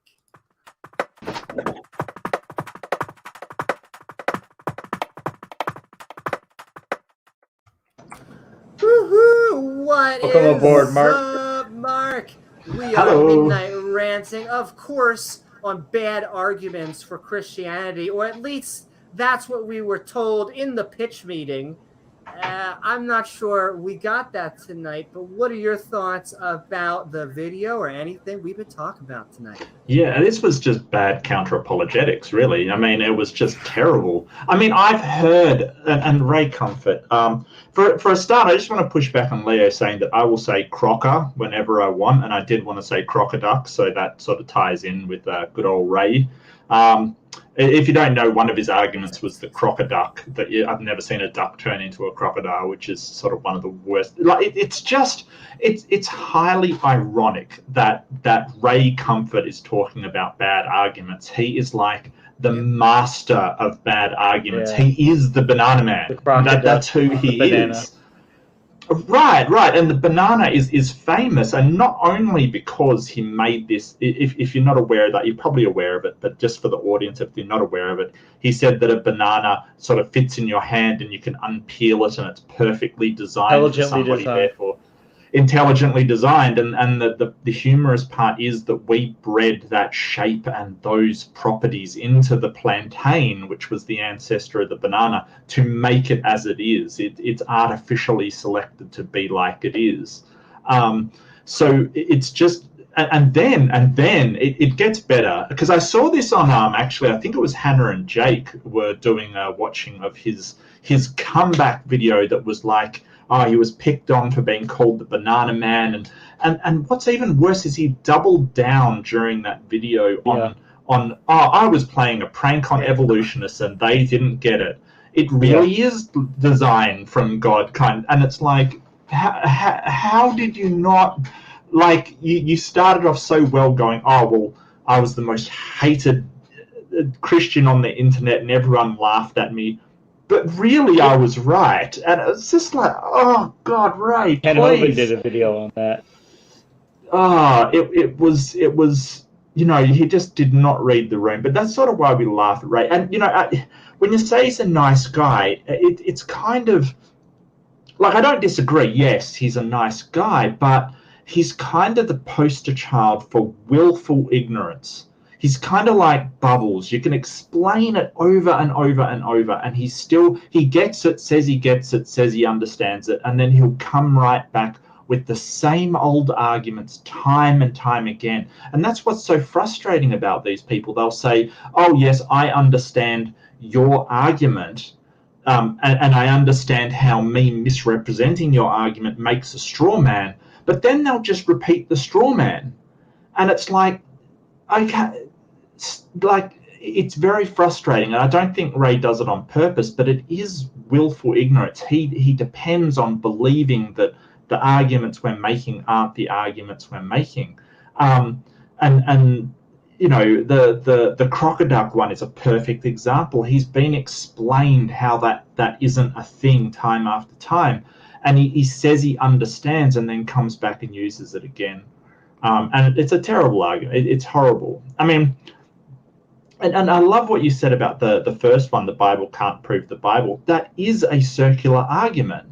That argument is valid. It's a viciously circular argument. It's basically, oh, but the Bible says that the Bible is true. Yeah, that's valid. Just as if you applied it to, you know, my memoirs saying that I did this, so I did it, so it has to be true, or my memoirs say that these memoirs are the truth, or you know, this essay says that this essay is true. Anything that's proving itself is inherently circular. And so that's saying, oh, that's the word. I can think of worse atheist arguments than that, like way worse. You know, some of the zeitgeist arguments about the phases of the stars and stuff. You can think of ones that are poorer yourself. Like, I don't understand. There's millions of atheist arguments he could have chosen from, and that one's actually quite strong because it is logically a circular argument. So it's crazy to think, oh, this is the worst arguments I've ever heard. And I think you may be right. I think that may be. I think James said that it's a sore point for him because he's probably been wanged with that one before and gone, well, it's a bad argument. Yeah, just saying it's a bad argument doesn't make it so. I loved that, and that Mark Twain thing. He's kind of making the inverse of an argument from authority. He's kind of saying it's bad. We don't even use that as an argument. It's just something true that for Mark Twain that he said. It doesn't worry him that, you know, he dies kind of thing. It's weird. It's very strange. His ideas of arguments are very, very poor. And the one thing that he touched on that I'm going on a bit, but the one thing he touched on that I really wanted to bring up was his throwing a rope over a house to, you know, go up to fix the roof or whatever the guy was doing, paint the roof. Well, it acts as an argument against faith, right? Because he throws the rope over and has faith that his kid tied it off. As it turns out, his faith was misplaced and he was dragged along the pavement. He's much better to have gone and empirically made sure, had evidence that it was secure, rather than just having faith that it was secure. What'd you tie that rope to? Did you tie it to something secure, or did you tie it to the car? Right, or look and make sure. Like, if you're going to put your life on the line with it, you should make sure. I believe that people doing abseiling and stuff, they always check their own ropes. People who are doing skydiving always check their own parachutes. They don't just take it on faith that someone packed their parachute correctly. That's not what you do. You empirically do it yourself to make sure that you've done it right, or have a professional do it. You know, his argument actually works against him in this case, because he's like, oh, your foundations have to be strong. Blind faith is not a strong foundation for knowledge. It just isn't. Sorry, Ray. You can have faith about many, many, many things. I can have faith about almost anything. It doesn't make that foundation strong. Look, just believing, having faith in something more doesn't make it any stronger. We know this to be the case. We have people with immense amount of faith in whatever they believe. like in ISIS or in Islam, and they blow themselves up and they're wrong, or you think they're wrong, Ray. So having large amounts of faith doesn't make your foundation stronger. It actually makes it weaker, because not only can you be wrong having faith, you also think that you can't be wrong. And that's a problem, because if you think you can't be wrong, you are more likely to keep doing the action that you're doing based upon wrong information. So it's really weird that he would bring up this analogy, which actually it really works against him. But Ray's got a Ray. Yeah. All he had. Yeah, I mean, Ray's got a whole host of really, really, really bad arguments, and he's most famous for going out and finding people who are in no position to argue against him. Like, he'll go to colleges or out on the street down at the beach where there's no people to really challenge him, and he kind of avoids. He will mix his videos in a way that will sort of just take snippets here and there. He edits it so only his this atheist couldn't answer kind of thing. I bet there are a lot of. He shows you the encounters he wants you to see. Right. He just edits them so only the ones where the person can't answer comes through, and he's kind of really famous for doing it. He's not a very. I mean, he's a nice guy, but I don't think his apologetics have a lot of integrity to them. It's not like he's being rebutted on some of this stuff, going away and coming back with different arguments. He's just using the same arguments that have been rebutted time and time again. So, that may be just willful ignorance. It may be some kind of deception. I don't think so. I think he's just willfully being ignorant. He just has to believe this. And just comes back with the same arguments time and time again. And I mean, I haven't seen a lot from Ray for years, because he was the guy with he was the banana man all over the internet. He was the guy who was really the butt of every joke. Even other Christians' jokes, they thought it was sort of, don't use this banana argument because it's so easily refuted. It's kind of, but as I said, Ray's gonna Ray. That's what he does. So yeah. Thank you so very much. Thanks, Mark. Thank you. It's so wonderful to see you all. I want to give a big hello to all the beautiful people, and hopefully Randolph will be on, because Randolph does have. You say that Randolph just joined. Well, I will say. You better get on, Randolph. He's got a debate coming up that I really want to see, because it's against Nadir. I'll let him tell you about it. I won't steal it. I saw Shane Billowitz. I saw you were backstage. If you want to come back on, you were next. But I am sending love. You're always welcome to join. But we're going to add in Randolph Richardson. Then we're going to go into open dialogue. Thank you so very much, Mark.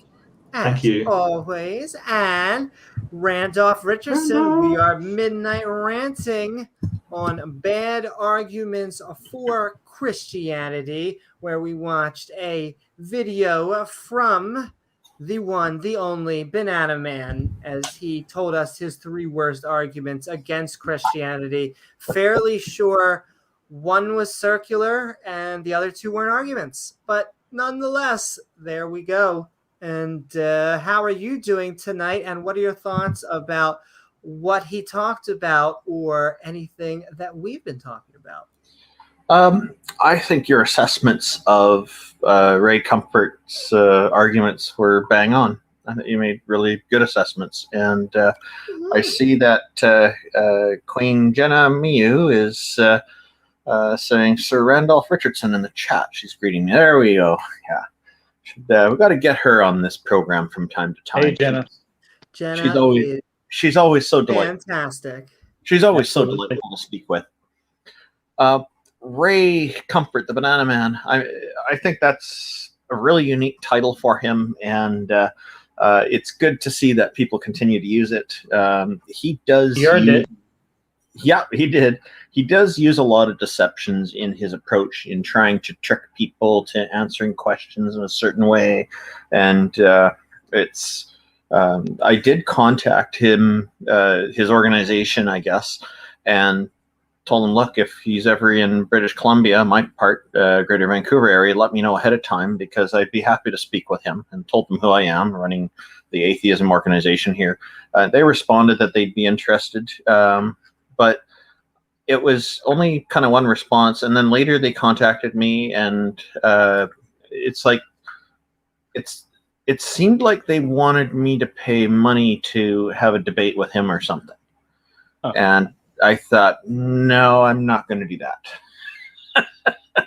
I'm not paying him money to debate with him. No, that's not how it works. But, you know, his famous banana video where he's explaining the banana came from God and was always around, and turned out it was something that was genetically modified and or genetically cultivated by people.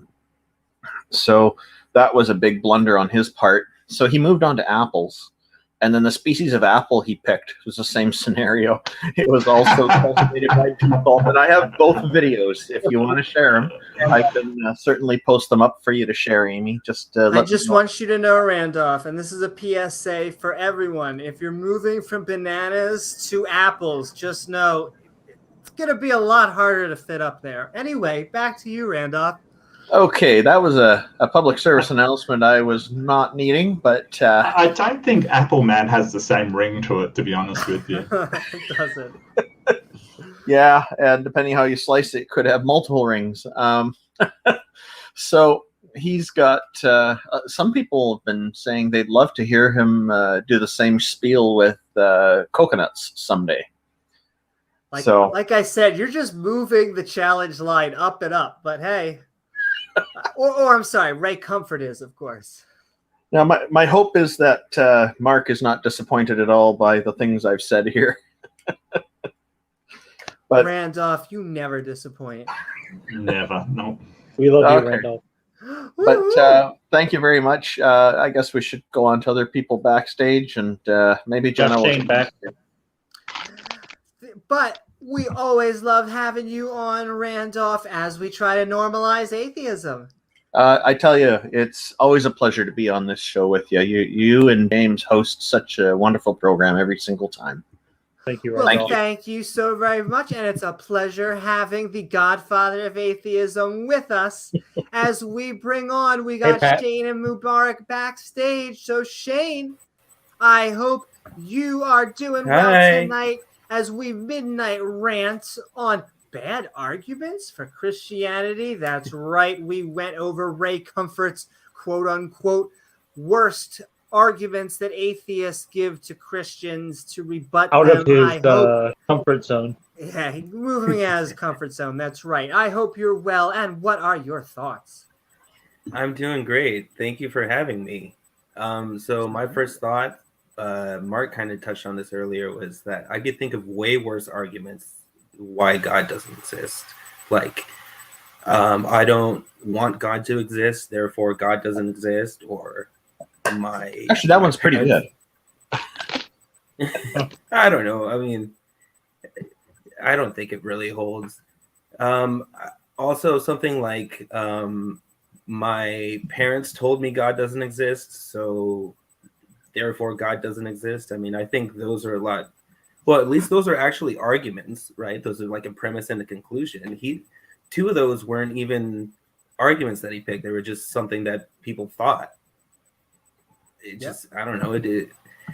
And another thing is that Ray Comfort, I've seen him use a lot of really terrible arguments. Like he's the guy who always says, "Oh, if you lied, then you're a liar," and that sort of thing. If you've stolen something, then you're a thief. I mean, that's a really terrible argument as well. And I just think, I don't know. When I think of terrible arguments, Ray Comfort is one of the first persons that I think of.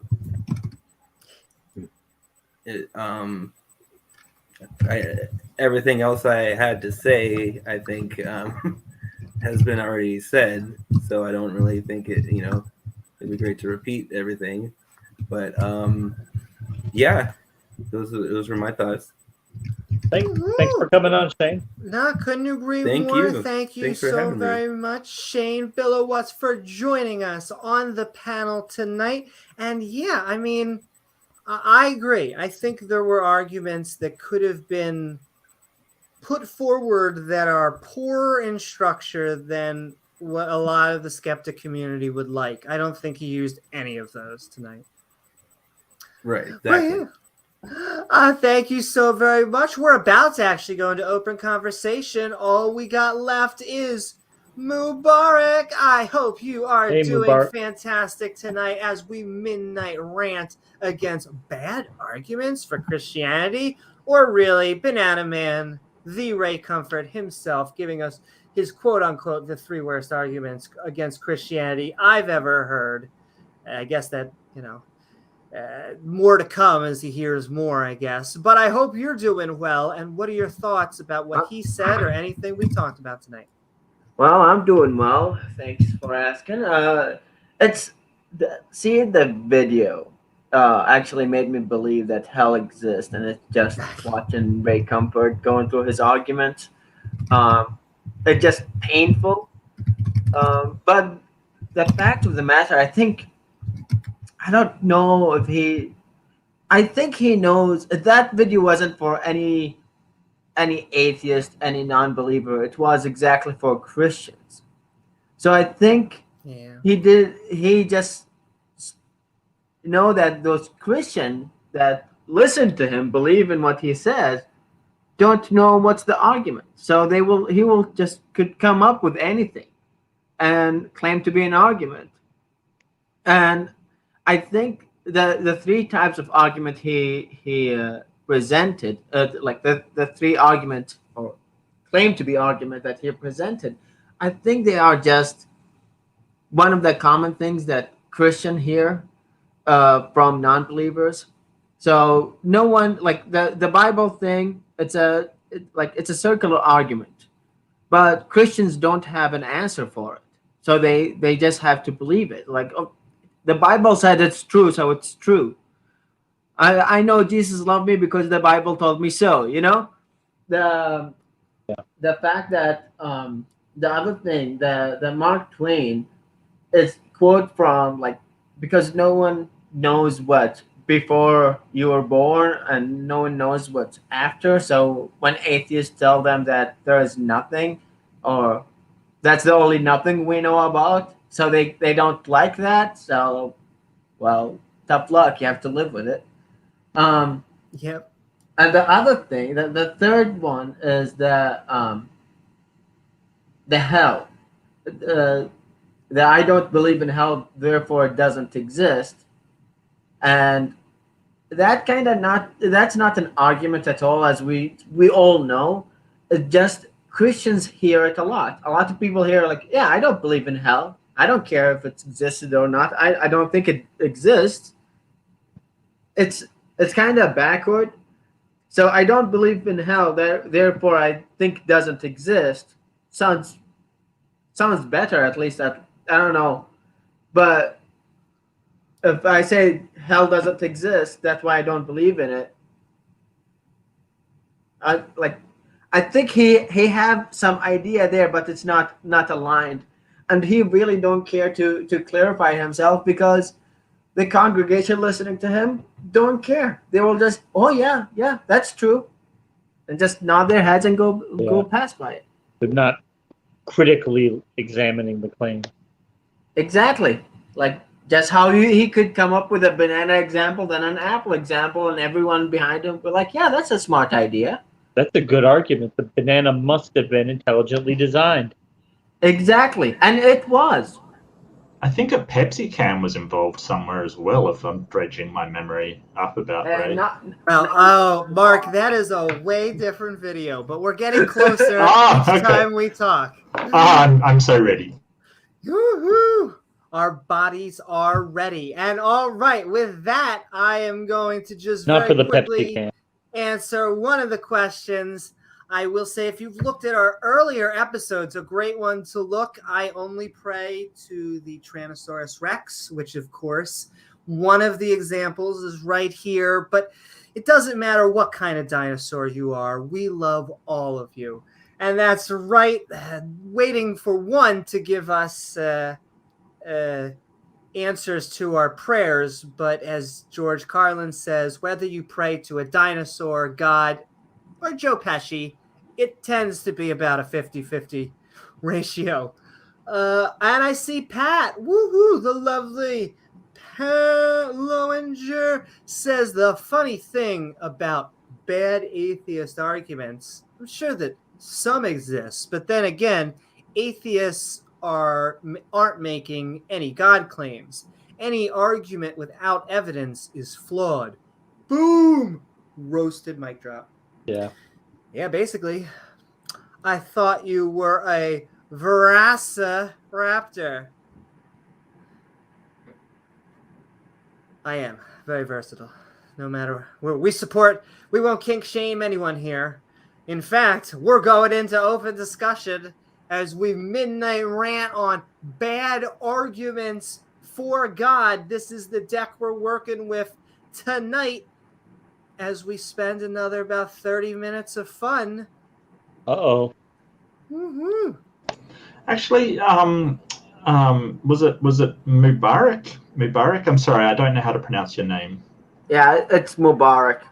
Mubarak had a really good point about the don't believe in hell as an argument.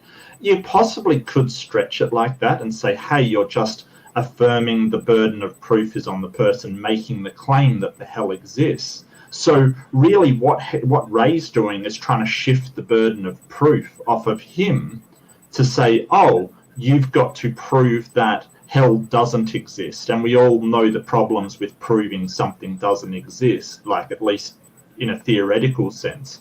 So you could stretch it and say, hey, that is an argument. All you're doing is affirming where the burden of proof lies by saying, I don't believe in hell. And at a stretch, you could say, hey, you have the burden of proof to prove a hell. But Ray saying, oh, well, you don't know that, shifting the burden of proof, right? How do you guys feel about that? Isn't it that one of the main thing a lot of the apologetics is to shift the burden of proof to the other person?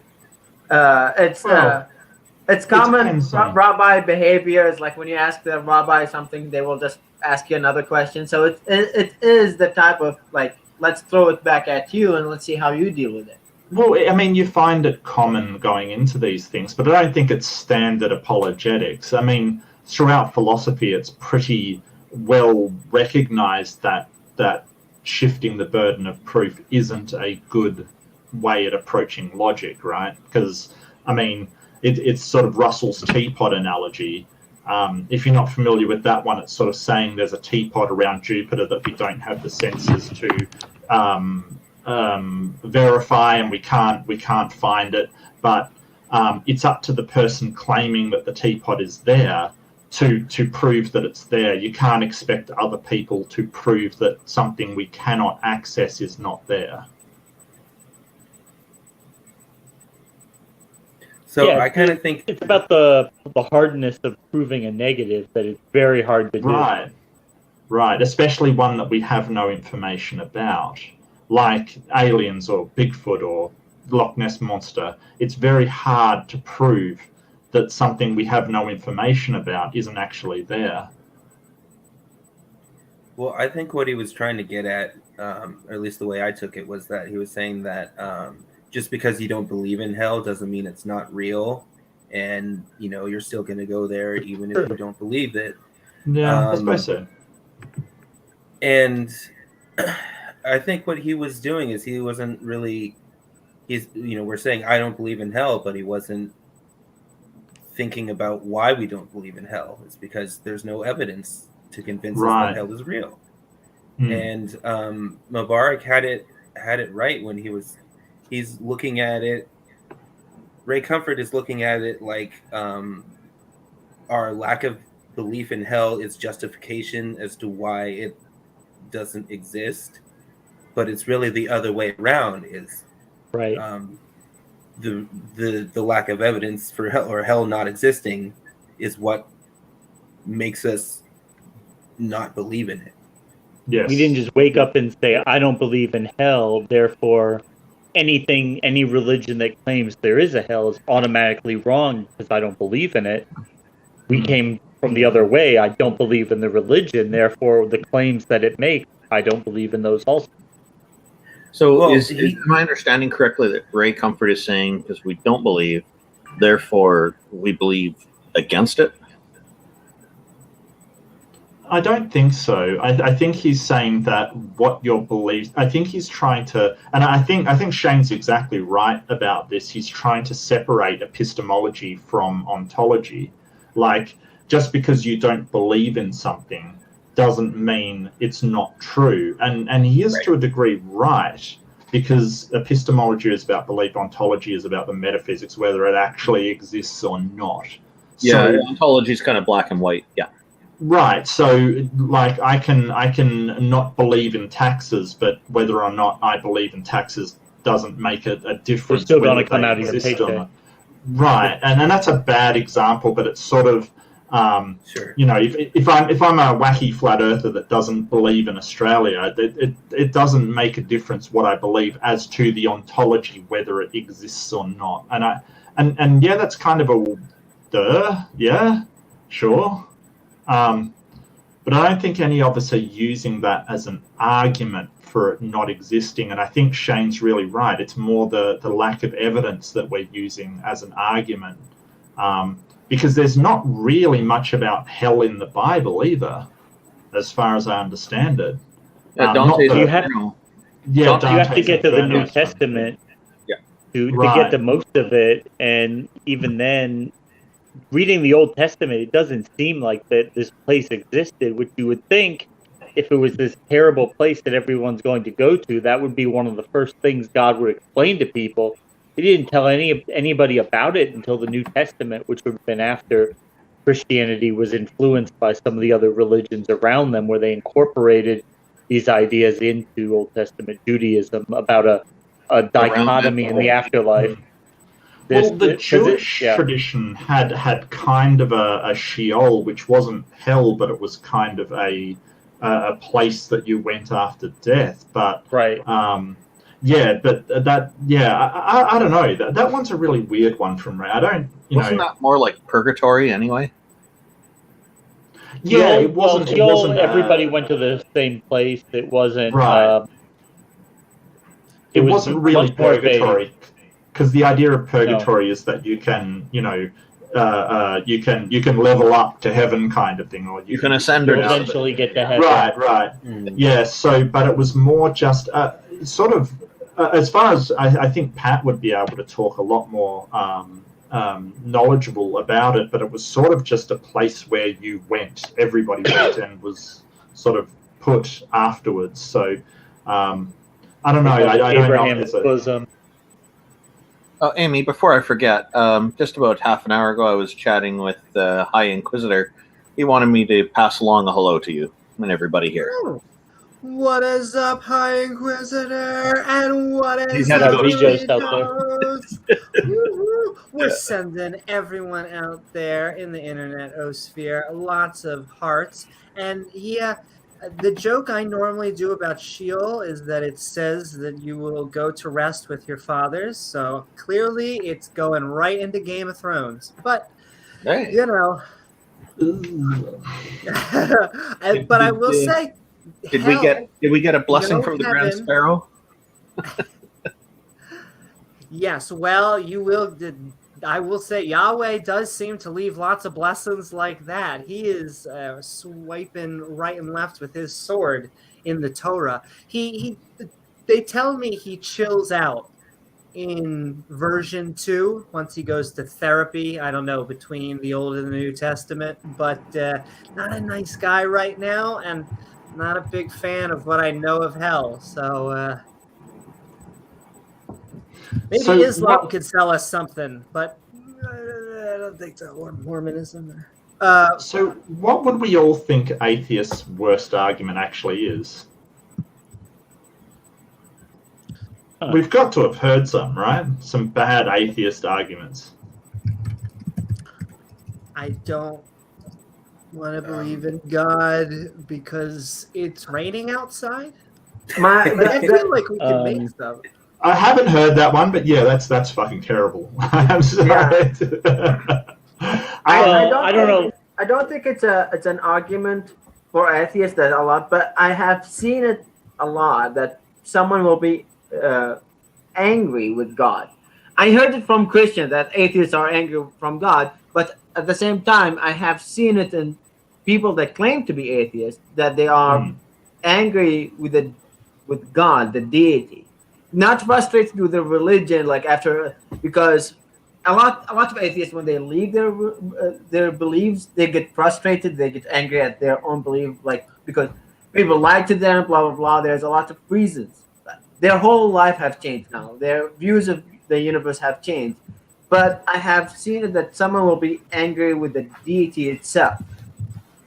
Yeah, I haven't really seen that from atheists. I've seen a lot of they're very angry at believing something that's been taken away from them, and I can really empathise with that. And if you are feeling upset, there is a recovering from religion organisation to help. And there's a lot of hurt because it's like telling somebody they won $1 million and then going, actually, I was just fucking with you, kind of thing. You know, it really does hurt people. And most of the anger I've found anyway, you might have a different experience, Midbury. I absolutely acknowledge that. But most people I find aren't angry with the God so much as the people that perpetrated the deception as they see it upon them.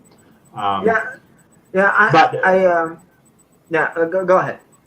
Yeah, I must admit though, that's my experience of atheists. You know, I don't know who you've met, but generally I find, but yeah, that is it's more weird than an argument though. It's It is. That's my thought. It wasn't technically an argument per se, but it was a thing that you'll hear. It's like, I'm frustrated with this. It's not. See, that's the thing. It's more like they are not atheists. They don't. Of course, they don't call themselves atheists. They just don't want to believe. That's one of the things that that type of people will use that. They don't want to believe for a lot of reasons. There's an attempt being made there to divide the atheism demographic into atheists and non-believers, which are basically the same thing, but they do some subtle things like trying to say, oh, atheist, you don't believe in anything, and then non-believers only don't believe in God, but shouldn't it be the other way around? But I also one of the worst arguments I've heard actually came from Dr. Jordan Peterson.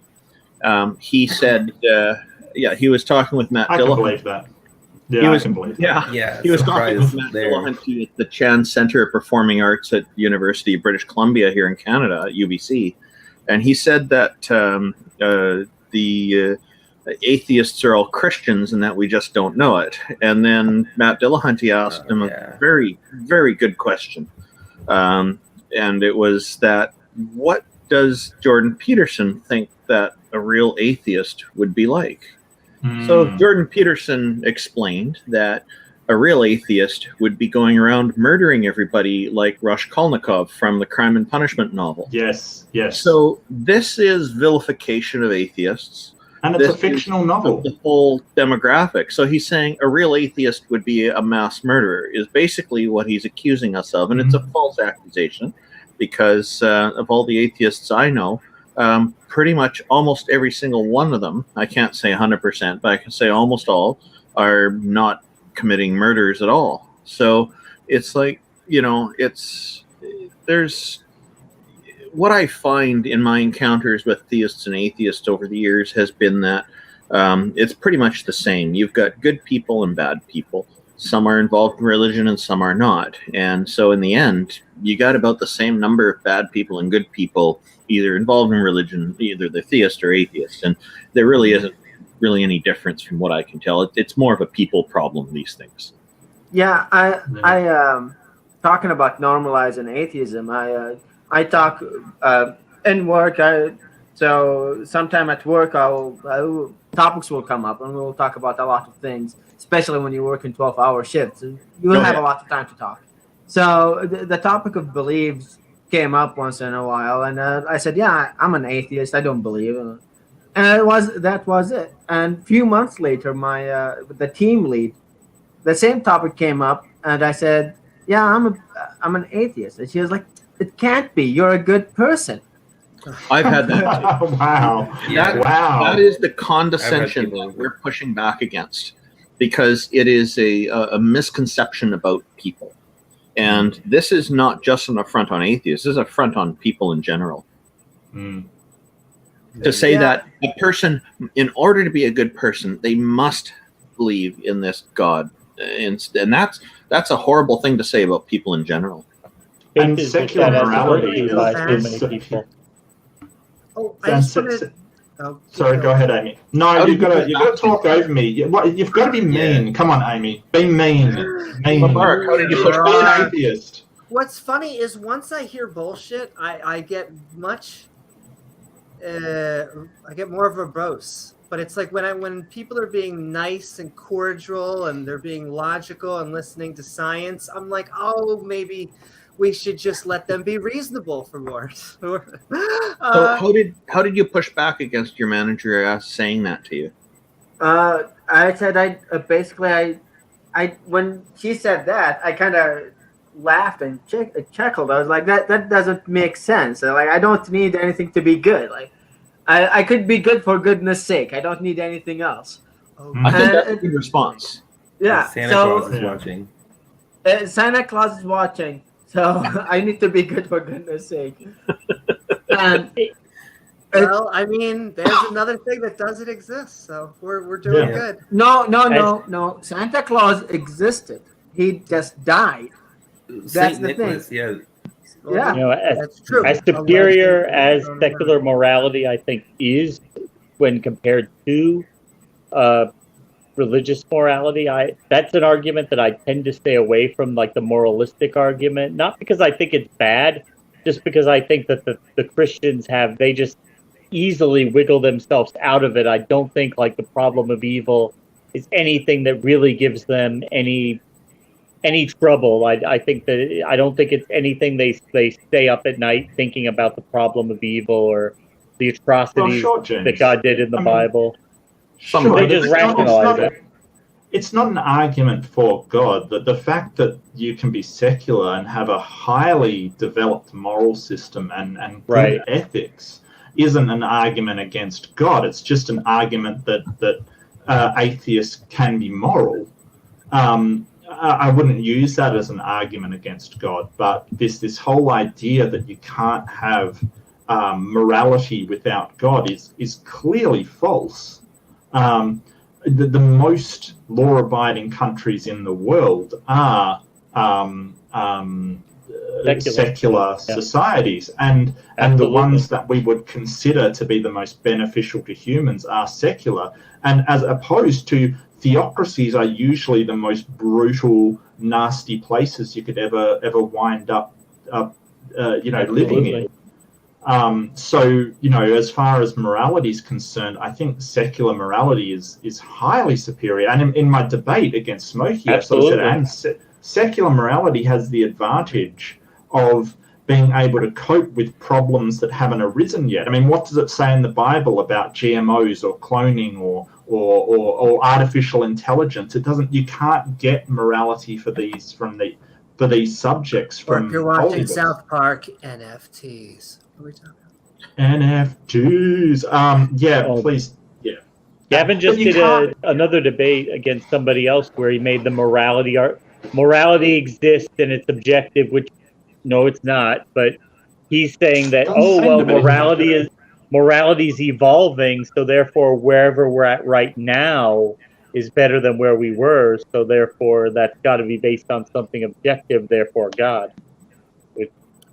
It's such a weird argument. I'm just glad he believes in something evolving, but well, he wouldn't use that term. I'm saying he's like, we're progressing, we're getting better. We're leaving religion.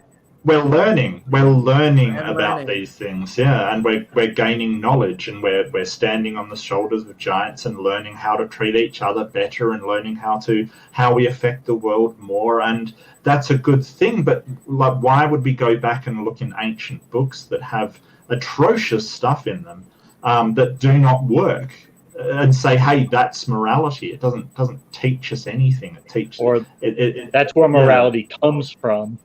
And I just want to go back 1 second to something Mubarak said, that a lot of times we get that we are angry. And I think we were talking about how sometimes there is, in my view, a feeling that you have been betrayed a lot of times, because in the religious community, your rabbi, your priest, pastor, and imam are the wisest people in your community. They're the people you come to when you're in trouble, when you are going through tough times, and when you need answers to the toughest questions in life. I think there is, not for everyone. I made a deal with my mom. I'll do the bar mitzvah thing, and I'm out. And she's like, deal. It was a good deal. And you made it. And I made it. But not everyone is so lucky. Not everyone is able to just, hate to use the word, escape religion, leave religion, get out, stop believing sometimes in superstition. Well, severing those ties to religion. Yeah. Familial pressures can be huge, and then pressures at work too. There's people worry about losing their jobs and not being able to pay their mortgages and feed their kids and stuff, so they'll stay with stuff. There's a lot of problems still in society with these things. And I was lucky. You don't even believe in God, therefore why do you waste time fighting against something you don't even believe in? Because of the harm it causes. They confuse, they twist streams. Like someone was saying, there are theists who are in a stage where they don't like their God and they believe in him, and thus they would almost be you just don't want to believe him because you're angry in him. There are people out there. I would not really classify them as atheists, as someone was saying before. They believe in a God, and for the poor reason of that being a bad guy. Now, there are, what was that term, James? The guys who believe Maltheists. Most rational position you could take on Yahweh is the dude's a dick, but I believe he's real. I don't think he exists. I don't think there's good evidence that he exists. But the evidence of his character, I would be a little pissed too. And once again, is it the atheist just hates God? It's like, no, I just don't like the character. There are characters I read in all of literature, both factual and fictional, that I dislike. And so bring us evidence. Saying something like, you don't believe in hell, therefore God is real, is not evidence of anything. It's not an argument. You aren't even wrong.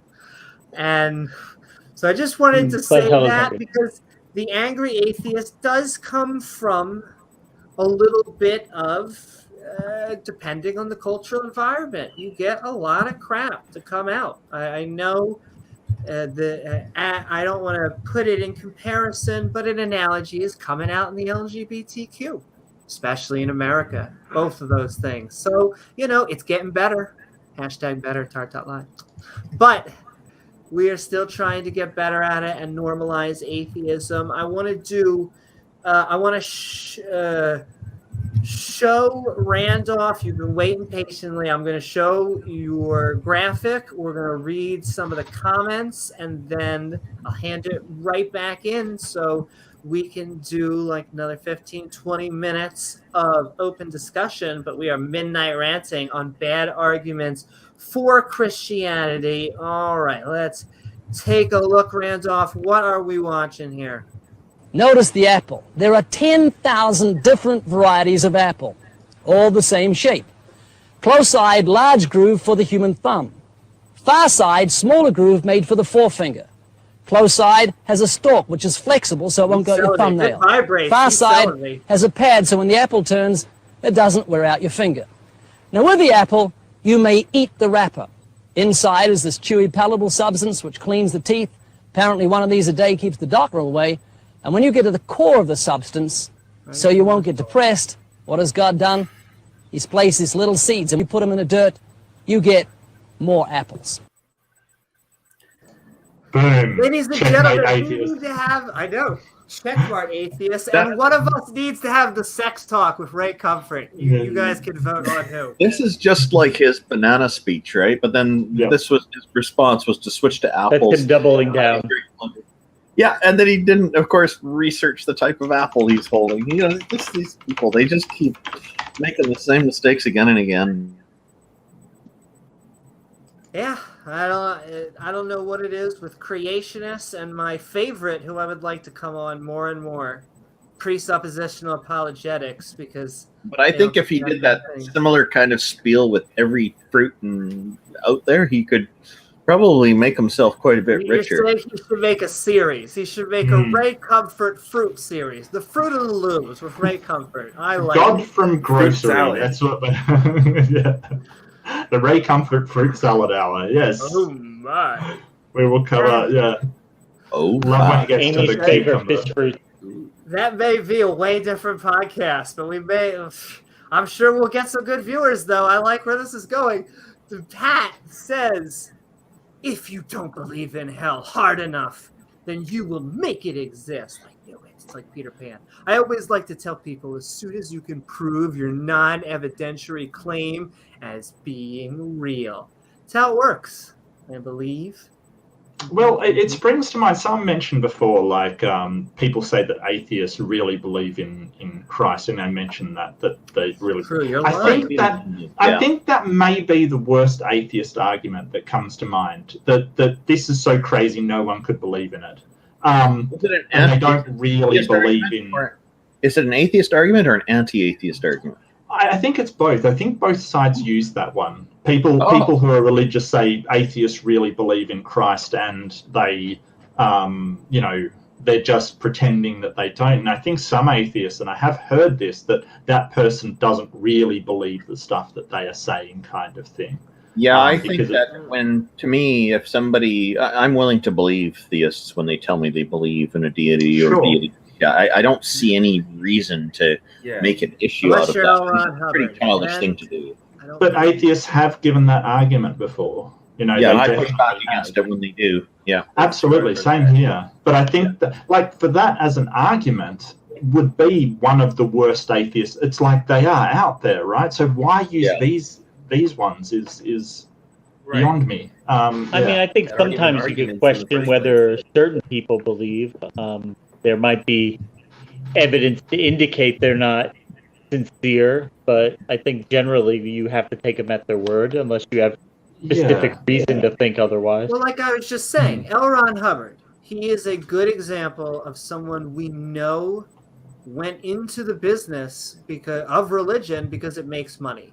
I would be highly, highly skeptical of someone who starts in the science fiction category.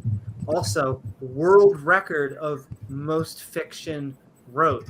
But no. He's the guy you want telling you about, the hardest answers of all of life. Also, it makes sense why you get other planets when it comes. It completely looks like a religion. And believe him when he says psychology is just bunk and you shouldn't listen to it. No, believe that guy who's writing the fiction. And also Joseph Smith, you mentioned him earlier. That's another one where you have evidence where he probably wasn't genuine. Well, exactly. Both of those guys. I love Matt and Trey, by the way. They are fantastic. They've even said they kind of have like a love-hate relationship, even with the Mormons. Like, they think obviously that it is dumb. But they're so cheery, and they're so I once had Sam, if you know Sam from earlier episodes, have to get her back on here. and myself, we just sat down with two Mormon gentlemen, and we were here for hours, just having, I would say, a Socratic good time. And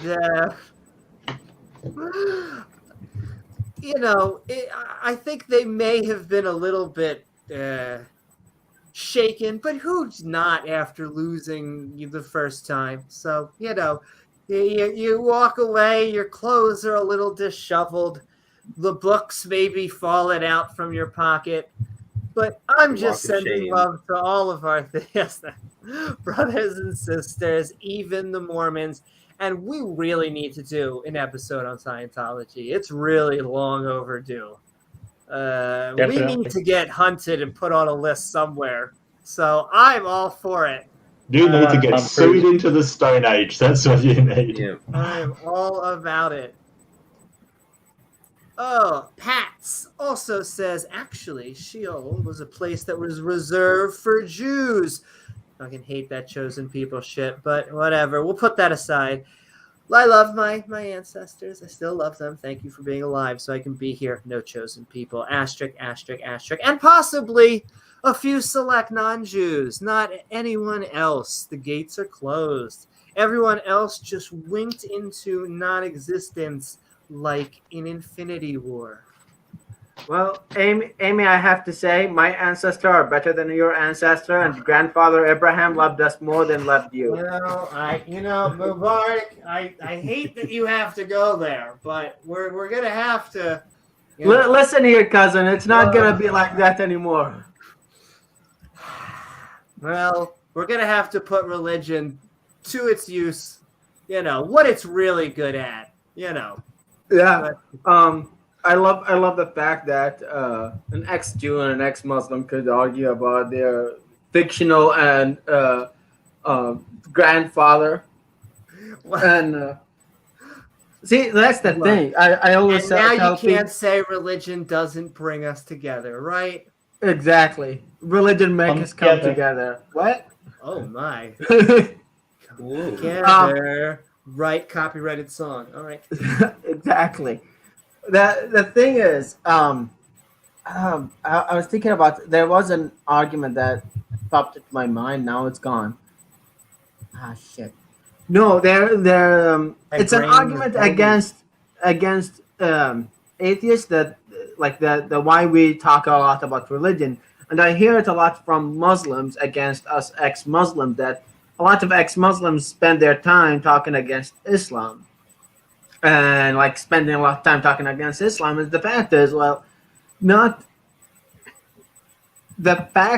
not just Islam. Most religions, if not all of them, are harmful to society.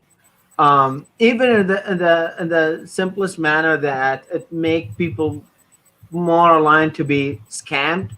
Like I'm trying to remember, there was a study that said that religious people are more like gullible. More gullible to be scammed, and it's really hard to see people believe in preachers, imam, or whatever that keep scamming people. Exactly like we just had the biggest thing about what's his name, Olstein, and with money finding in the wall of his church that he claimed to be stolen, but it might be the same. Yeah. So stuff like this is like, can't you see it? I don't know. Not only that, but it's even more insidious because it masquerades as having the higher morality as it passes around that plate, or your tithing, or any method that religion likes to get its hooks in people and say it's not really for me, it's not really for us. You got to think of who the money's really for. Oh yeah. Pastor doesn't want your money. Jesus needs your money. He's just the middleman. Exactly. So if you stiff your pastor, you're stiffing Jesus, and he wouldn't like that at all. And it's funny that recently someone posted on Twitter, some Muslim preacher posted on Twitter saying that if Patreon doesn't exist, ex-Muslim will not be, they will not exist. And you go find his website, and he's connected to 2 or 3 nonprofit that has sustained their existence on charity. It's like, what the? Like, it's, you claiming that people will not exist without charity, yet your entire life is based on charity. That's exactly the same thing. And worse. Once again, they're doing it for nonprofit. They're no taxes. Yeah, they actually scoff at taxes and say, "How dare you?" I'm gonna say good night to Pat. We're actually gonna go for about 15 minutes longer, and then go into outros. We are sending love to all of you out there on the internetosphere. Mubarak, I have to ask you a question. Yes. It's just like a short preamble. I have been going on a whole bunch of different theist channels. And one thing I've learned, this is not a true dichotomy, but there's 2 group of camps in the online Muslim circle. There is what I would call the philosophical deist, in which they're not deists, but nonetheless, they're only sitting in the corner trying to give deistic arguments. And then there's the other corner. And the philosophical deist corner actually looks down at the other corner, and they're called Quranists. And they're like the fundies. And the people that actually try, they're the ones that know. They're like, no, it was a magical being that took Muhammad over the moon, and the oxygen, my ass. Quran says it. It happens. And those are the 2 major circles. And I actually find that the many deistic fighters on there, just like they're the who's pushing Kalam in it's gonna say it on his gravestone. William Lane Craig. William Lane Craig's on there. Did I say God? Who said God? Are we really saying the G word? I just want you to begin to exist. But yes, that's my question. Do you find that those are the 2 major camps? And then we'll finish up on Christianity. Yeah, Islam itself, because about 200 years into Islam, there was a lot of people that came up with philosophical argument for Islam and against it among the Muslim and in like Arabia, Syria, Iraq, or that area. Like the golden age of Islam was basically a big philosophical argument against and with Islam. A lot of the people who were against it did not say that they are not Muslims or they left Islam. They were like, we don't know. It's kind of remind me a lot of Spinoza, if you know, like Spinoza's God, like everything is God. But so the Muslim philosophers that like that, they will use those arguments to be like, yeah, everything is God. God is good. The Quran is good. Just don't read it. And then you have the fundamentalist, the one that's like, no. If it said that Muhammad rode half donkey, half horse, half something, I don't know exactly that, and flew all the way to Jerusalem, then he did. Yeah, and it's just the fact that book says the thing. If it says it's true, it's true. And it is interesting to say the least that they both claim to be Muslims, and both of them argue against each other, and both sides will say the other side is not a Muslim, because if you're not with me, you're against me. I have seen it. People, not Quranists, because there was a group of people that called Quranists who just believe in the Quran without the hadith, the exegesis. So they will just believe in the text, the holy text, and nothing else. And usually when someone say I'm a Quranist, mean that I am a liberal Muslim that does not want to deal with the details of how horrible Islam or the history of early Islam is. I'll just take the words and that's it. I don't want to think about it. When you start tapping into what they think about, it's basically falls apart because you cannot understand the Quran without understanding the text around it and who said it and who wrote it and stuff like this. So yeah. Okay. And That then basically sums up my suspicions. Yeah, one little plug. If you are interested in learning more about the Quran, check us on Aaron Ra's channel for the Quran for Infidels. I missed the show today because I worked 3 days, 12-hour shift, so I just crashed this morning, so I couldn't go. Yeah. Yeah, no worries. Yeah, I'm an infidel. I can. But that I'm is an infidel. our bigger sister show, or I like to think so. Go see the Skeptic Quran study every Sunday night with Aaron Ra Mubarak and produced by our very own Pieter. So go check that out. Isn't Hey, it Mubarak, pronounced I wrong? sent a message in the private chat if you could take a quick look. Oh, Yeah. great. Yeah. Got it. Perfect. And Yeah. with that, we're going to bring it out for just 1 second as we do before we go to outros.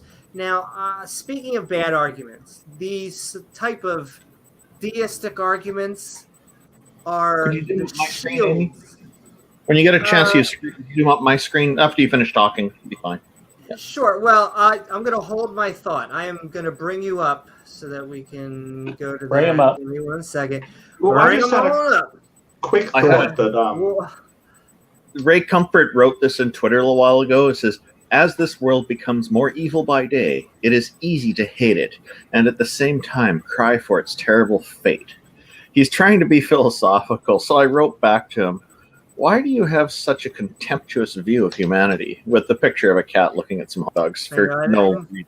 my favorite caption of that picture is, "Finally, I have acquired all of the world's hot dog, and still I feel nothing." But yes, All we your are- hot dogs belong to me. I know Mark wants about to say something, but I just want to hear Thank your you, Amy. guys' thought absolutely on. I think they use the cross-seeding arguments that they think are the best chance of convincing skeptics and non-believers, and yet, in my opinion, they're bad because they can't be, for one to be true, they would really have to negate all of the other religions. If Islam is true, then Christianity is not true. If Christianity is true, then Judaism isn't true. We cannot have our crossing streams. So what do you guys think of these deistic If they arguments both use Kalam. being a shield, in my view, for what they actually believe? I very rarely do. I think it's does someone arrogance. come on and say, "I believe in Kalam, disprove Kalam," and I'll stop being a.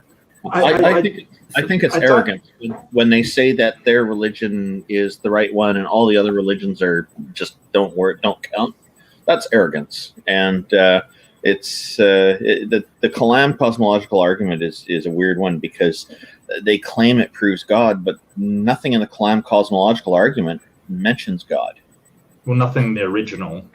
I mean, the Kalam is sort of an umbrella term used now for all of the variations on it as well. And you're right about the original Kalam. It just said the universe has a cause. But Williams Lake Craig's Kalam argument has kind of become the de facto. So there's no real one Kalam, and his variation definitely includes a God or a timeless, spaceless, transcendent creator of the universe, or whatever the usual spiel that he puts in. My issue with WLC's one is that he adds all of these properties that he's basing on almost nothing. He's got no real logical basis for adding these properties. He just says, "Oh, because it was made space, it had to be outside of space." It's like, yeah, is that really the truth? And because he made time, he's outside of time, and all of these really weird qualifiers to it. So, but I generally don't have. I think a deist argument's a shield against actually specifying their God. That's essentially what you're saying, isn't it, Amy?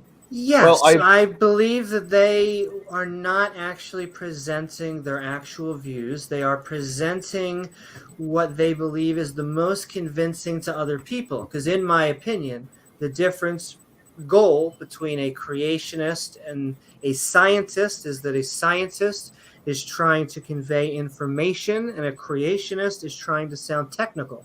And so they are just trying to say, it's not that they don't defend the Trinity to atheists. Right. They talk about that even with Muslims. They talk about it in all sorts of, because it becomes a canon battle. But when you're with the atheist, if you'll excuse me for 1 second, when you're with the non-believer, well, excuse me, we're not going to accept just anything. So I feel like they feel the need to bump it up to something that they don't believe in, because that's what the apologetics is. They're working backwards. They know what I it don't. is. I would have to disagree. I actually disagree. I don't Really? think that it's a shield against. Yeah, I think that sort of. Okay, so if you take this analogy, like you're camping and your supplies go missing, kind of thing.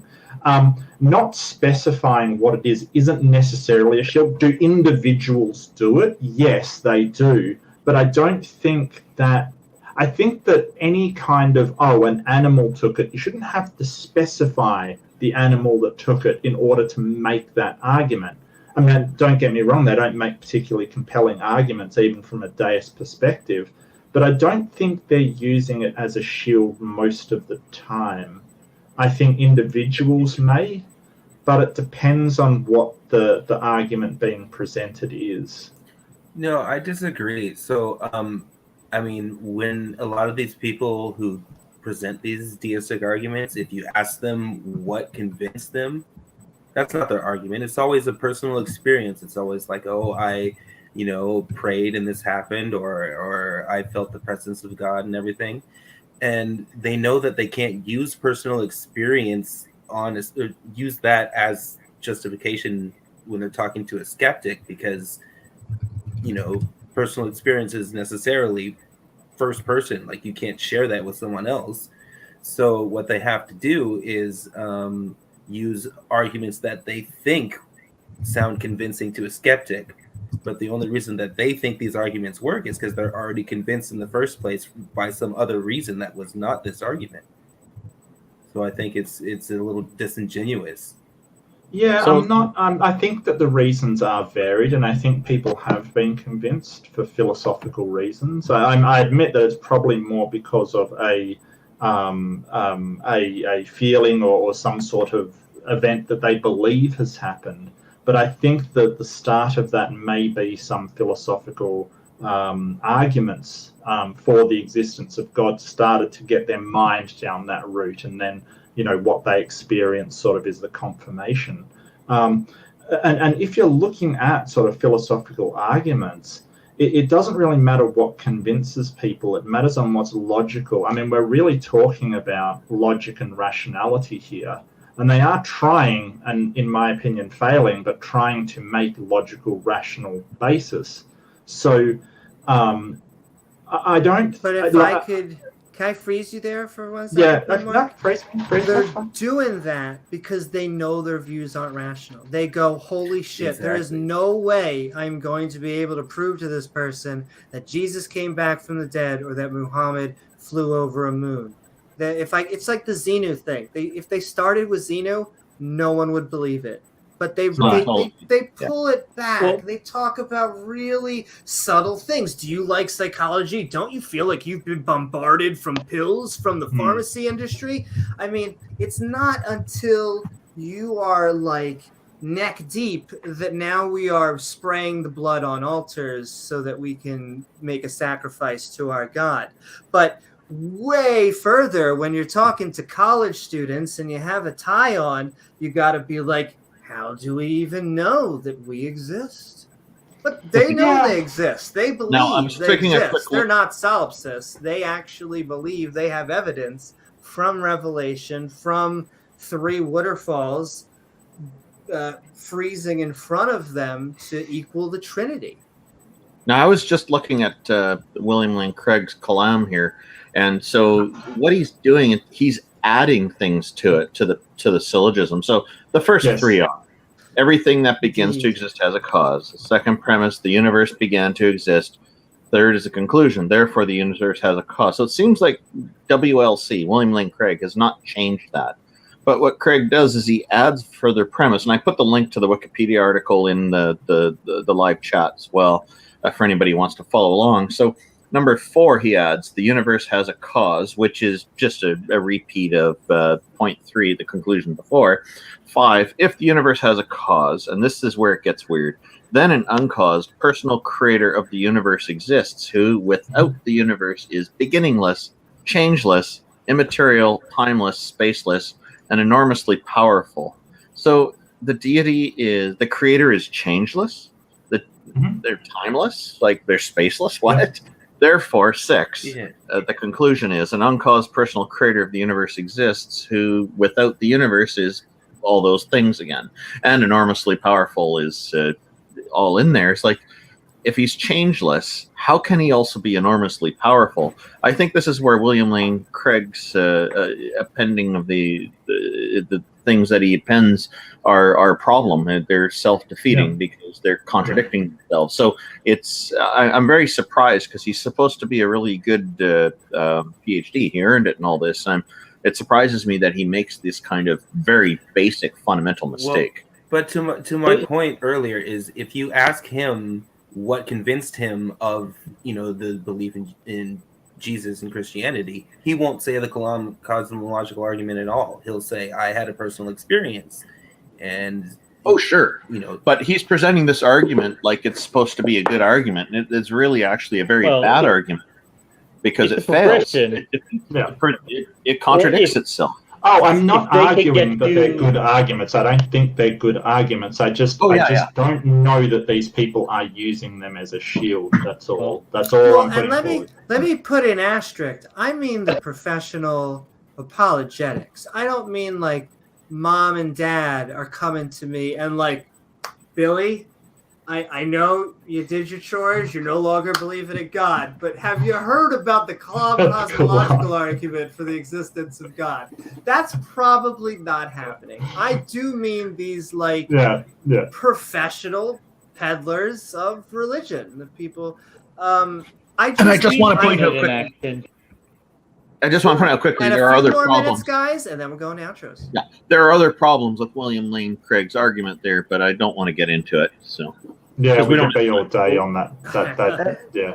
We've seen how this is used before, and it's used when to take people down a rabbit hole. And once you accept the idea that there must be, what do they call them, a necessary being, there has to be something. Once you accept that as a fact, then they can move on to, well, which being is it? Because you've already accepted that there is a being, and that it's a progression. Because if the first thing they did was introduce you to the different beings, you would say, well, I don't think any of them exist. But if you accept that one of them must exist, then you kind of have to pick the one that makes the most sense, even though none of them really make a lot of sense.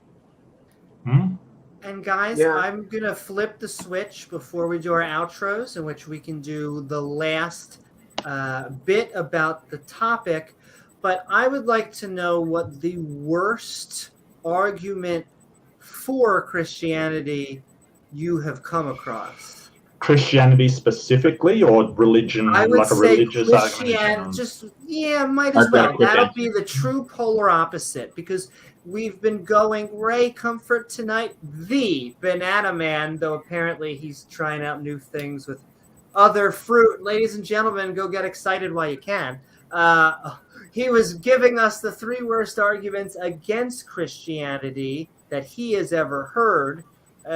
1 was a argument, and 2 were just beliefs. Were just statements. The worst one I've heard, and I still hear from time to time today, for Christianity, the argument is that it's popular. The ad populum fallacy is used. It's basically saying billions of people in the world believe this, so you should too. That's people wouldn't the one die that for a lie. It seems to be a really bad argument to me. That is a bad one. Nobody would die for a lie. All these people died. I mean, would you die for a lie, Amy? Yeah.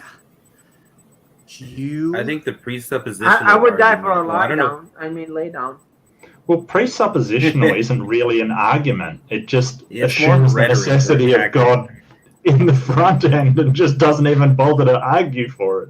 Yeah. Amy, can you showcase Leo Filius's answer to your question as well? He's mentioned something in the public chat there. Sure. Leo says the worst argument for Christianity is the minimal facts argument given by Gary, just like from last week, Habermas.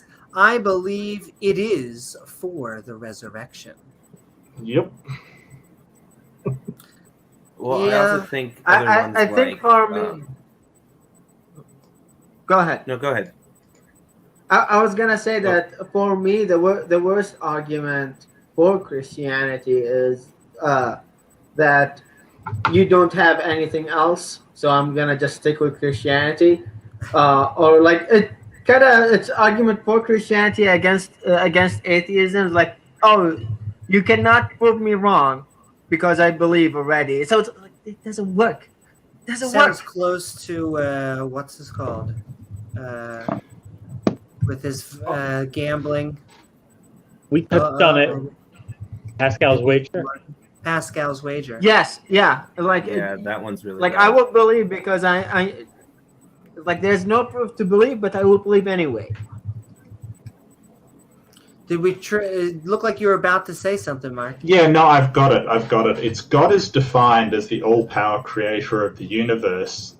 What's your defeater? Oh, geez. That's the worst argument I've ever heard. And Coming up, we may get a whole hour of that. yeah, I know. I'm very That's aware. true. Are you excited about that, Mark? I'm agog for that debacle. Yes, I'm Oh man. Oh, that's gonna be good. Actually, I'm looking forward to it. I think I might go with the one that Ray actually made against himself. That the Bible proves the Bible is probably the worst argument. Like Circular because argument, the Bible, because the Bible says it's true and that God wouldn't lie, and that kind of style of but it says it's true. I think I'd have to go with that as being the worst argument, using the Bible. And what's funny is that Ray actually brought it up in his counter apologetics, which is the good on one you, Ray. actual Good on argument you, he mate. gives, and it's actually a decent argument in his counter. But against him. Yeah, It's a Right. good argument, yeah. it's like the I hate it. banana That's all why they over hate it. again. well, it's almost How like he about- was doing that purposely. I feel like maybe he was subconscious. He was just like, "You can't say that. How dare you say that?" I'm gonna make a video about how You can't can't that. say the Bible can't prove the Bible. Yeah, Right. we can. We just did. Yeah. Bible doesn't prove the Bible. So I think I don't know if it's an argument, but like faith, that's really bad reason to Faith, believe yeah. something is true. Anyway. Yeah. That Faith is the a right fantastic tool. reason not to. Yeah, Hmm. it's a good way You're to not be using wrong. the right tool when you look for evidence. You Oh, I need hate just that. faith. And you know what they say? They say that's the pitch to get you into philosophy. Philosophy's fantastic. We needed it. We also still need it to Don't say that. Don't do it, hypothesize. Amy. Nonetheless, you need to go out to the lab and test after you created your hypothesis so you can make it a proper scientific theory. And I was going to say, Demar Bark, you want to? I was gonna say my favorite Absolutely. thing that I heard from a former agnostic that now believes in God. He said, "I used to be a tool. Now I'm an instrument of God." So Sorry, you're still a tool, mate. Sorry. exactly, it just sounds better. So you've become a better tool. Is that's what he's trying to sell you Yeah. on? Yeah, he okay, for this person, the only reason he believes is because it's emotional attachment. He's an older guy. His family, he doesn't have a wife or kids, and his family have passed away, more like siblings and parents. So he's kind of hoping for an afterlife. And he recognized that. He's an intelligent person, if not one of the most intelligent persons that I ever met in person. And he acknowledged that. He said, "Yeah, I just believe because it makes me feel better." Well, That's not really an argument, though. I mean, It's not. Yeah. it's a reason, sure. the reason. Look, if you want to believe because it makes you a better person, like there was that I can't remember his name. He was on Modern Day Debate, and he was arguing if he wasn't a Christian, he would kill people, kind of thing. And it was like, well, that's horrifying.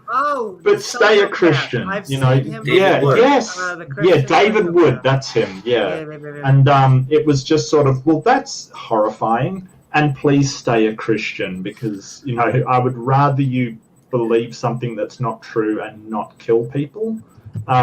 Yeah. That's like Yeah. when the fruit flies had a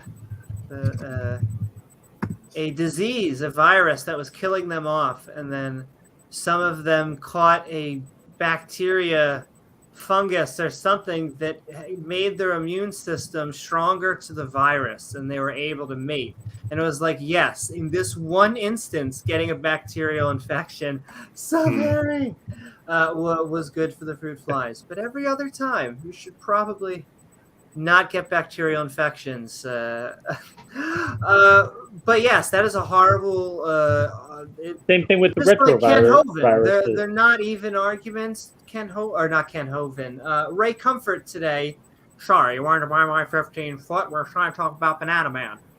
Banana Man just gave basically, and I'll give mine. We'll go over those three, and that way we can move people into outros. Yeah. Those are all fantastically bad arguments. I was going to say you're going to get one, and now my real one, because The real banana. because I thought close That's to a a pretty bad argument. presuppositional apologetic. Someone brought this up earlier. The whole you're lying when you're an atheist. Like they're just coming You to really you. And I find this believe- a lot from Christians. So that yes, You really believe because you act like a Christian. it's written on your heart. Suppressing the Christian. truth. But that is not. I ladies and gentlemen, I present to you that is not the worst Christian argument because. All right, you ready? Are you ready? Give that one an honorable mention, though. Oh. A dishonorable mention, I suppose. Have you guys heard of days that end in Y? Well, there are 7 of them. And the 7 of these days guarantees that because you follow Oh them, my God. that Jesus is your Lord and Savior. Amen. I'll see you guys at worship on Sunday. Oh, that's a contender. Yeah, that's pretty bad. Okay. Days that end All with right. Y. I love that. That's so clever. But yes, with that, we are going to move Unleash the mimes. We're going to unleash the mimes. I'm trying. They're very to- straight, though. They're very Their straightness straight, is going that's to really trigger you, Amy. Look, sometimes you need to. Before I bring them in, though, I do want to say the 3 Ray Comfort worst arguments. If you joined us on this Midnight Ranting for the bad arguments against Christianity that he's ever heard, ever. He's been living all these years, and yet he never heard anything worse than number 1. You can't use the Bible to prove the Bible. I mean, the book said a thing.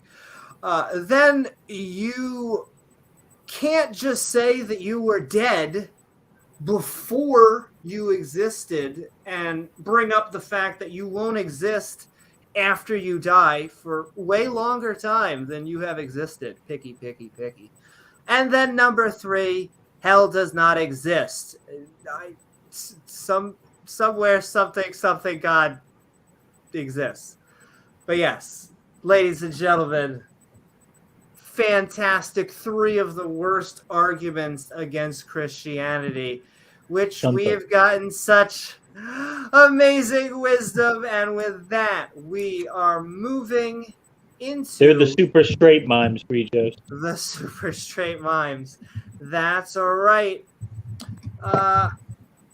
They're so straight that they transcended straightness to now Amy is now going to be straight because of their influence. I've transcended straightness so much that I think I'm gay again. This is how that works. Nonetheless, Mubarak, you were the last to join us, so you are the first to start us off as we move into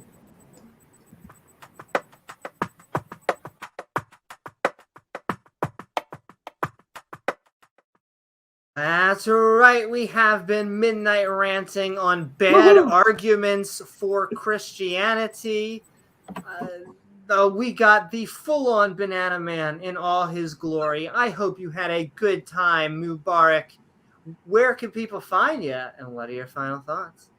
Well, it was a very good argument, very good discussion after that video. But my thought is very quick that does Christians sit down and think about what is the bad argument for Christianity? Will Ray Comfort make a video of the 3 top bad arguments for Christianity? That would be interesting to see what his thought about that. But where people could find me, I usually I'm on Aaron's show Quran for Infidel. It's almost every other Sunday on Aaron's show channel, depending on the event, holidays, etc.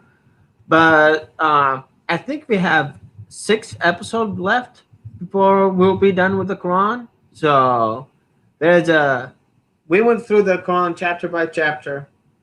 It's hopefully it's very interesting and very educative to people to go through.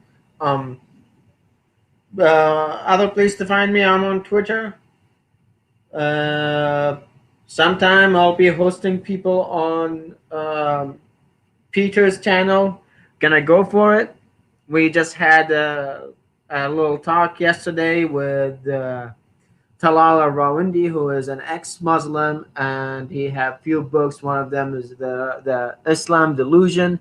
It's very interesting book to read. It's like very simple reading. So if you're interested, that's basically where you find me. Woohoo! Thank you so very much, Thanks, Mubarak. Mubarak. It was a pleasure having you on, and go check out all that Thank you for coming. fantastic non-believer content. That's what he or she said. And we are moving right down the list. Sending love as we are Midnight Ranting. Shane on bad arguments for Christianity, as we saw the one, the only Banana Man give more nuggets of wisdom, I imagine. And I hope you had a good time. Where can people find you, and what are your final thoughts? Thanks. Yeah, I had a great time. So my final thoughts are usually a lot of the bad arguments I hear for atheism are from people like Lee Strobel, where they, a lot of preachers that would say, "Oh, I used to be an atheist, but I just wanted to sin, or I was just angry at God," and it's just a straw man. So as far as Ray Comfort, the first thing he mentioned, you can't use the Bible to prove the Bible. I mean, I agree with that. You can't do that. Obviously, that's circular reasoning. The second one was just nitpicking about the semantics of the word dead, meaning you can't be dead before you're alive. Whatever. And the third one, I don't believe in hell. Well, I don't believe in hell because there's no evidence, and that's all we're looking for is evidence. Just show us any evidence. So as far as where you can find me, you can search my name on social media. I'm really new to this sort of thing. This is actually my first live stream. So, yeah, so I guess just search Shane Billowitz at Facebook. I just started a TikTok recently, so check me out there. Thanks for having me. Thank you, Shane. Thanks for coming on, Shane. Very much, Shane. And it was an honor being your first live stream.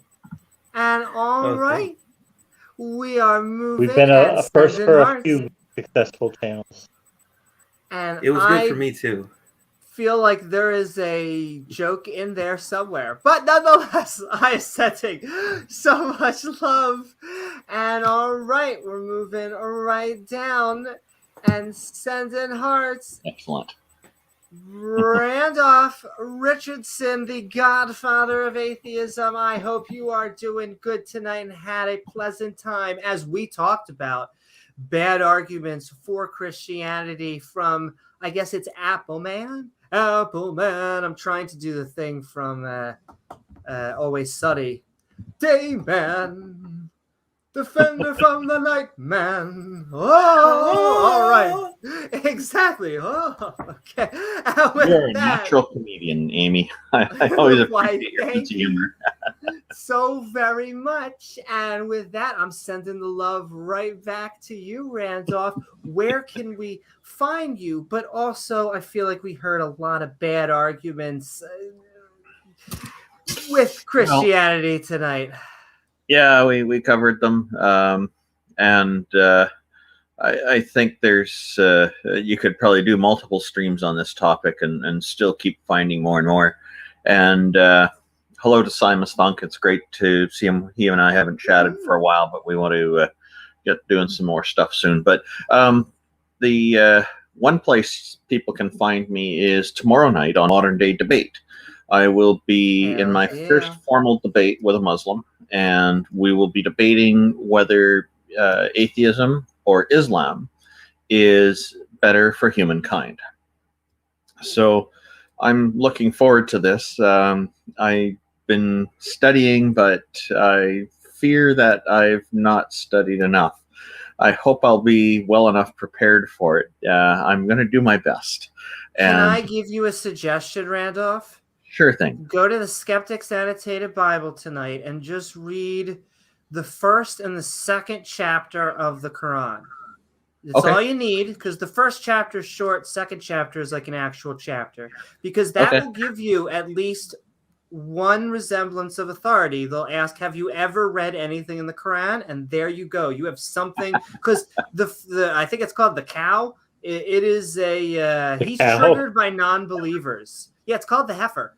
He's like right from the get-go. I think it'll give you some meat, and it'll give you a little bit meat of authority. From the heifer. It's interesting. Read. I will do that. That sounds like a great place to go for that. I didn't know that the Skeptic's Annotated Bible was delving into the Quran. That's interesting. Their commentary is very good, as I've seen displayed on this another book numerous times. Woohoo! But so that's one place you can find me. Another one's on Twitter. My Twitter handle there is Randolph828. And that's Randolph spelled with an F, not PH, no matter what autocorrect tells you. And my YouTube channel is at www.youtube.com/Randolph Richardson, same spelling of Randolph. And I also have my own website at randolphrichardson.com. You can also find out more about the organization I run called Canadian Atheists. The website address for that is at www.canadianatheists.ca. And one of the things we're promoting is the normalization of atheism in all of society. Our focus is primarily Canada, of course, but there is a strong interest for this throughout the whole world, and this interest doesn't come just from atheists. There's also theists who like it and get on board with it, because you can, at normalizeatheism.ca, you can read the full details about it. It's just half a page of text to read. It's very brief, quick, and easy to read. But what happens is theists will sometimes make condescending remarks about us as atheists, and so this is either creating stigma, or it's adding to it, or it's perpetuating some kind of vilification of us just because we don't believe in deities. So what I'm asking theists to do is just do less by responding the same way they do to other theists. And, okay, this sounds pretty normal. No problem here. We'll just move on. Sometimes they may ask, a person may ask for more details, and that's fine. But that's what we're really wanting is just equal treatment. And I think that this is a reasonable thing. And the approach we're using is kind of a gentle, non-confrontational approach. I find that this tends to work quite well. It can be quite disarming and leaving people feeling comfortable instead of and safe to talk with us instead of feeling like we're a threat, because we're not generally a threat to religious people. It is. We're all on the same planet. We need to get along better, and I do feel that some people with very strong religious views have worked very, very, very strongly against kind of harmony throughout the world. So I do want to see things get better. Also in the future, I'll be running a call-in program, an atheism call-in program from here in Canada called True North Talk, with the acronym TNT. That was Neil's idea. Neil will be the co-host with me, and you can find out more about that at www.truenorthtalk.ca. I'm sorry I've spoken a little more than usual tonight, but at this outro, but thank you very much, Amy, and I do hope that people will enjoy the debate tomorrow if they're tuning in. I'm sure they will, Randolph. Which can be found right down there. They'll put on a good show as always. It'll be a learning experience for me, but every debate is. So thank you very much, Amy. Thank you, everybody in the audience who's tuned in tonight. I really appreciate it. And thank you to everybody else here. It's always a pleasure talking with all. We love you, Randolph. I love Sending all of you you too. so much love, Randolph. And you will do great at that debate tomorrow night on Modern Day. He'll destroy. I'll do my best. And all right, we're moving right down the list and then heading over to the after show party at the Discord server. But Mark, Reed, we have been having fun. We have been midnight ranting on bad arguments for Christianity. And of course, that had to be delivered by the one, no other than Banana Man, here to save us all. Where can people find you, and what are your final thoughts? Yeah, fantastic. I have to follow Randolph, who's doing amazing work, and all I do is just roam around the internet debating people for my own amusement. I'm just a random internet denizen. You'll find me here. You'll find me at Modern Day Debate a lot. That Randolph's going to be on, and it's going to be great. They did a debate today that was, is Santa Claus satanic? Tons of fun, really feisty, ridiculous, awesome debate. So, I can really give a plug for that. And thank you so much, Amy and James. Love you both. And lots of love to Randolph and Shane and Mubarak. And I'm glad that Shane and Mubarak, it was their first time on. I hope it was a great experience. And I'd love to talk to you again and throw ideas back and forth. It's fantastic. But thank you so much to everyone in the audience. Thank you for listening to me. I love you all. Thanks, Mark. Oh, you're welcome. And I always find it, interesting to frightening to exciting to lovely to be on here. So it's a mixed range of emotions. Ray Comfort, what a guy. You know what? I think I covered about everything in my introduction. Ray's a odd duck, and his team up with like Kirk Cameron from a average sitcom in the 80s is just such a it's this weird almost farcical thing that they've done, and I think they did the Saving Christmas and things like that. It's just you couldn't write stranger stuff than this. It's really, really weird, and it's sort of his Banana Man title is well deserved. I say we keep it going because he did earn it. His constant doubling down on this thing is what got him the title, and he was proud of it for quite some time because he thought it was a solid killer of an argument that checkmated atheists everywhere. Look, I've got a holy glow coming through the windows here. Hold on. Off my bald head of holiness. Yes. But no, I mean, Ray Comfort's he is a little bit of a joke, so I'm glad we could have a bit of a chuckle at the weird things that he says and the terrible arguments that he's got. But I look forward to next time, and thank you all so much. I really love everybody I've interacted with every time. Woohoo, and we Thanks, love Mark. you too, Mark. We, in fact, are sending many hearts to the non-believer community, though we love our theist brothers and sisters, but sending so much love as we move down. And of course, That's it. Mark, always a pleasure to be here. And The glare off of that head. I know. It's I'm blinding. sorry. It's still coming through. Look, the holiness of my head will overcome all obstacles. You know, I feel like that is a better argument than a lot of what we have been hearing from Ray Comfort tonight. Head glare, therefore God. Therefore Checkmate. God. Therefore God. Checkmate. And you're on your way to hell. So get pumped as we also prepare for Mark's Debate Me Brah with the one and I believe only biblical for the win. Biblical for That the should be win. good. I hope there's only one. I really hope there's only one.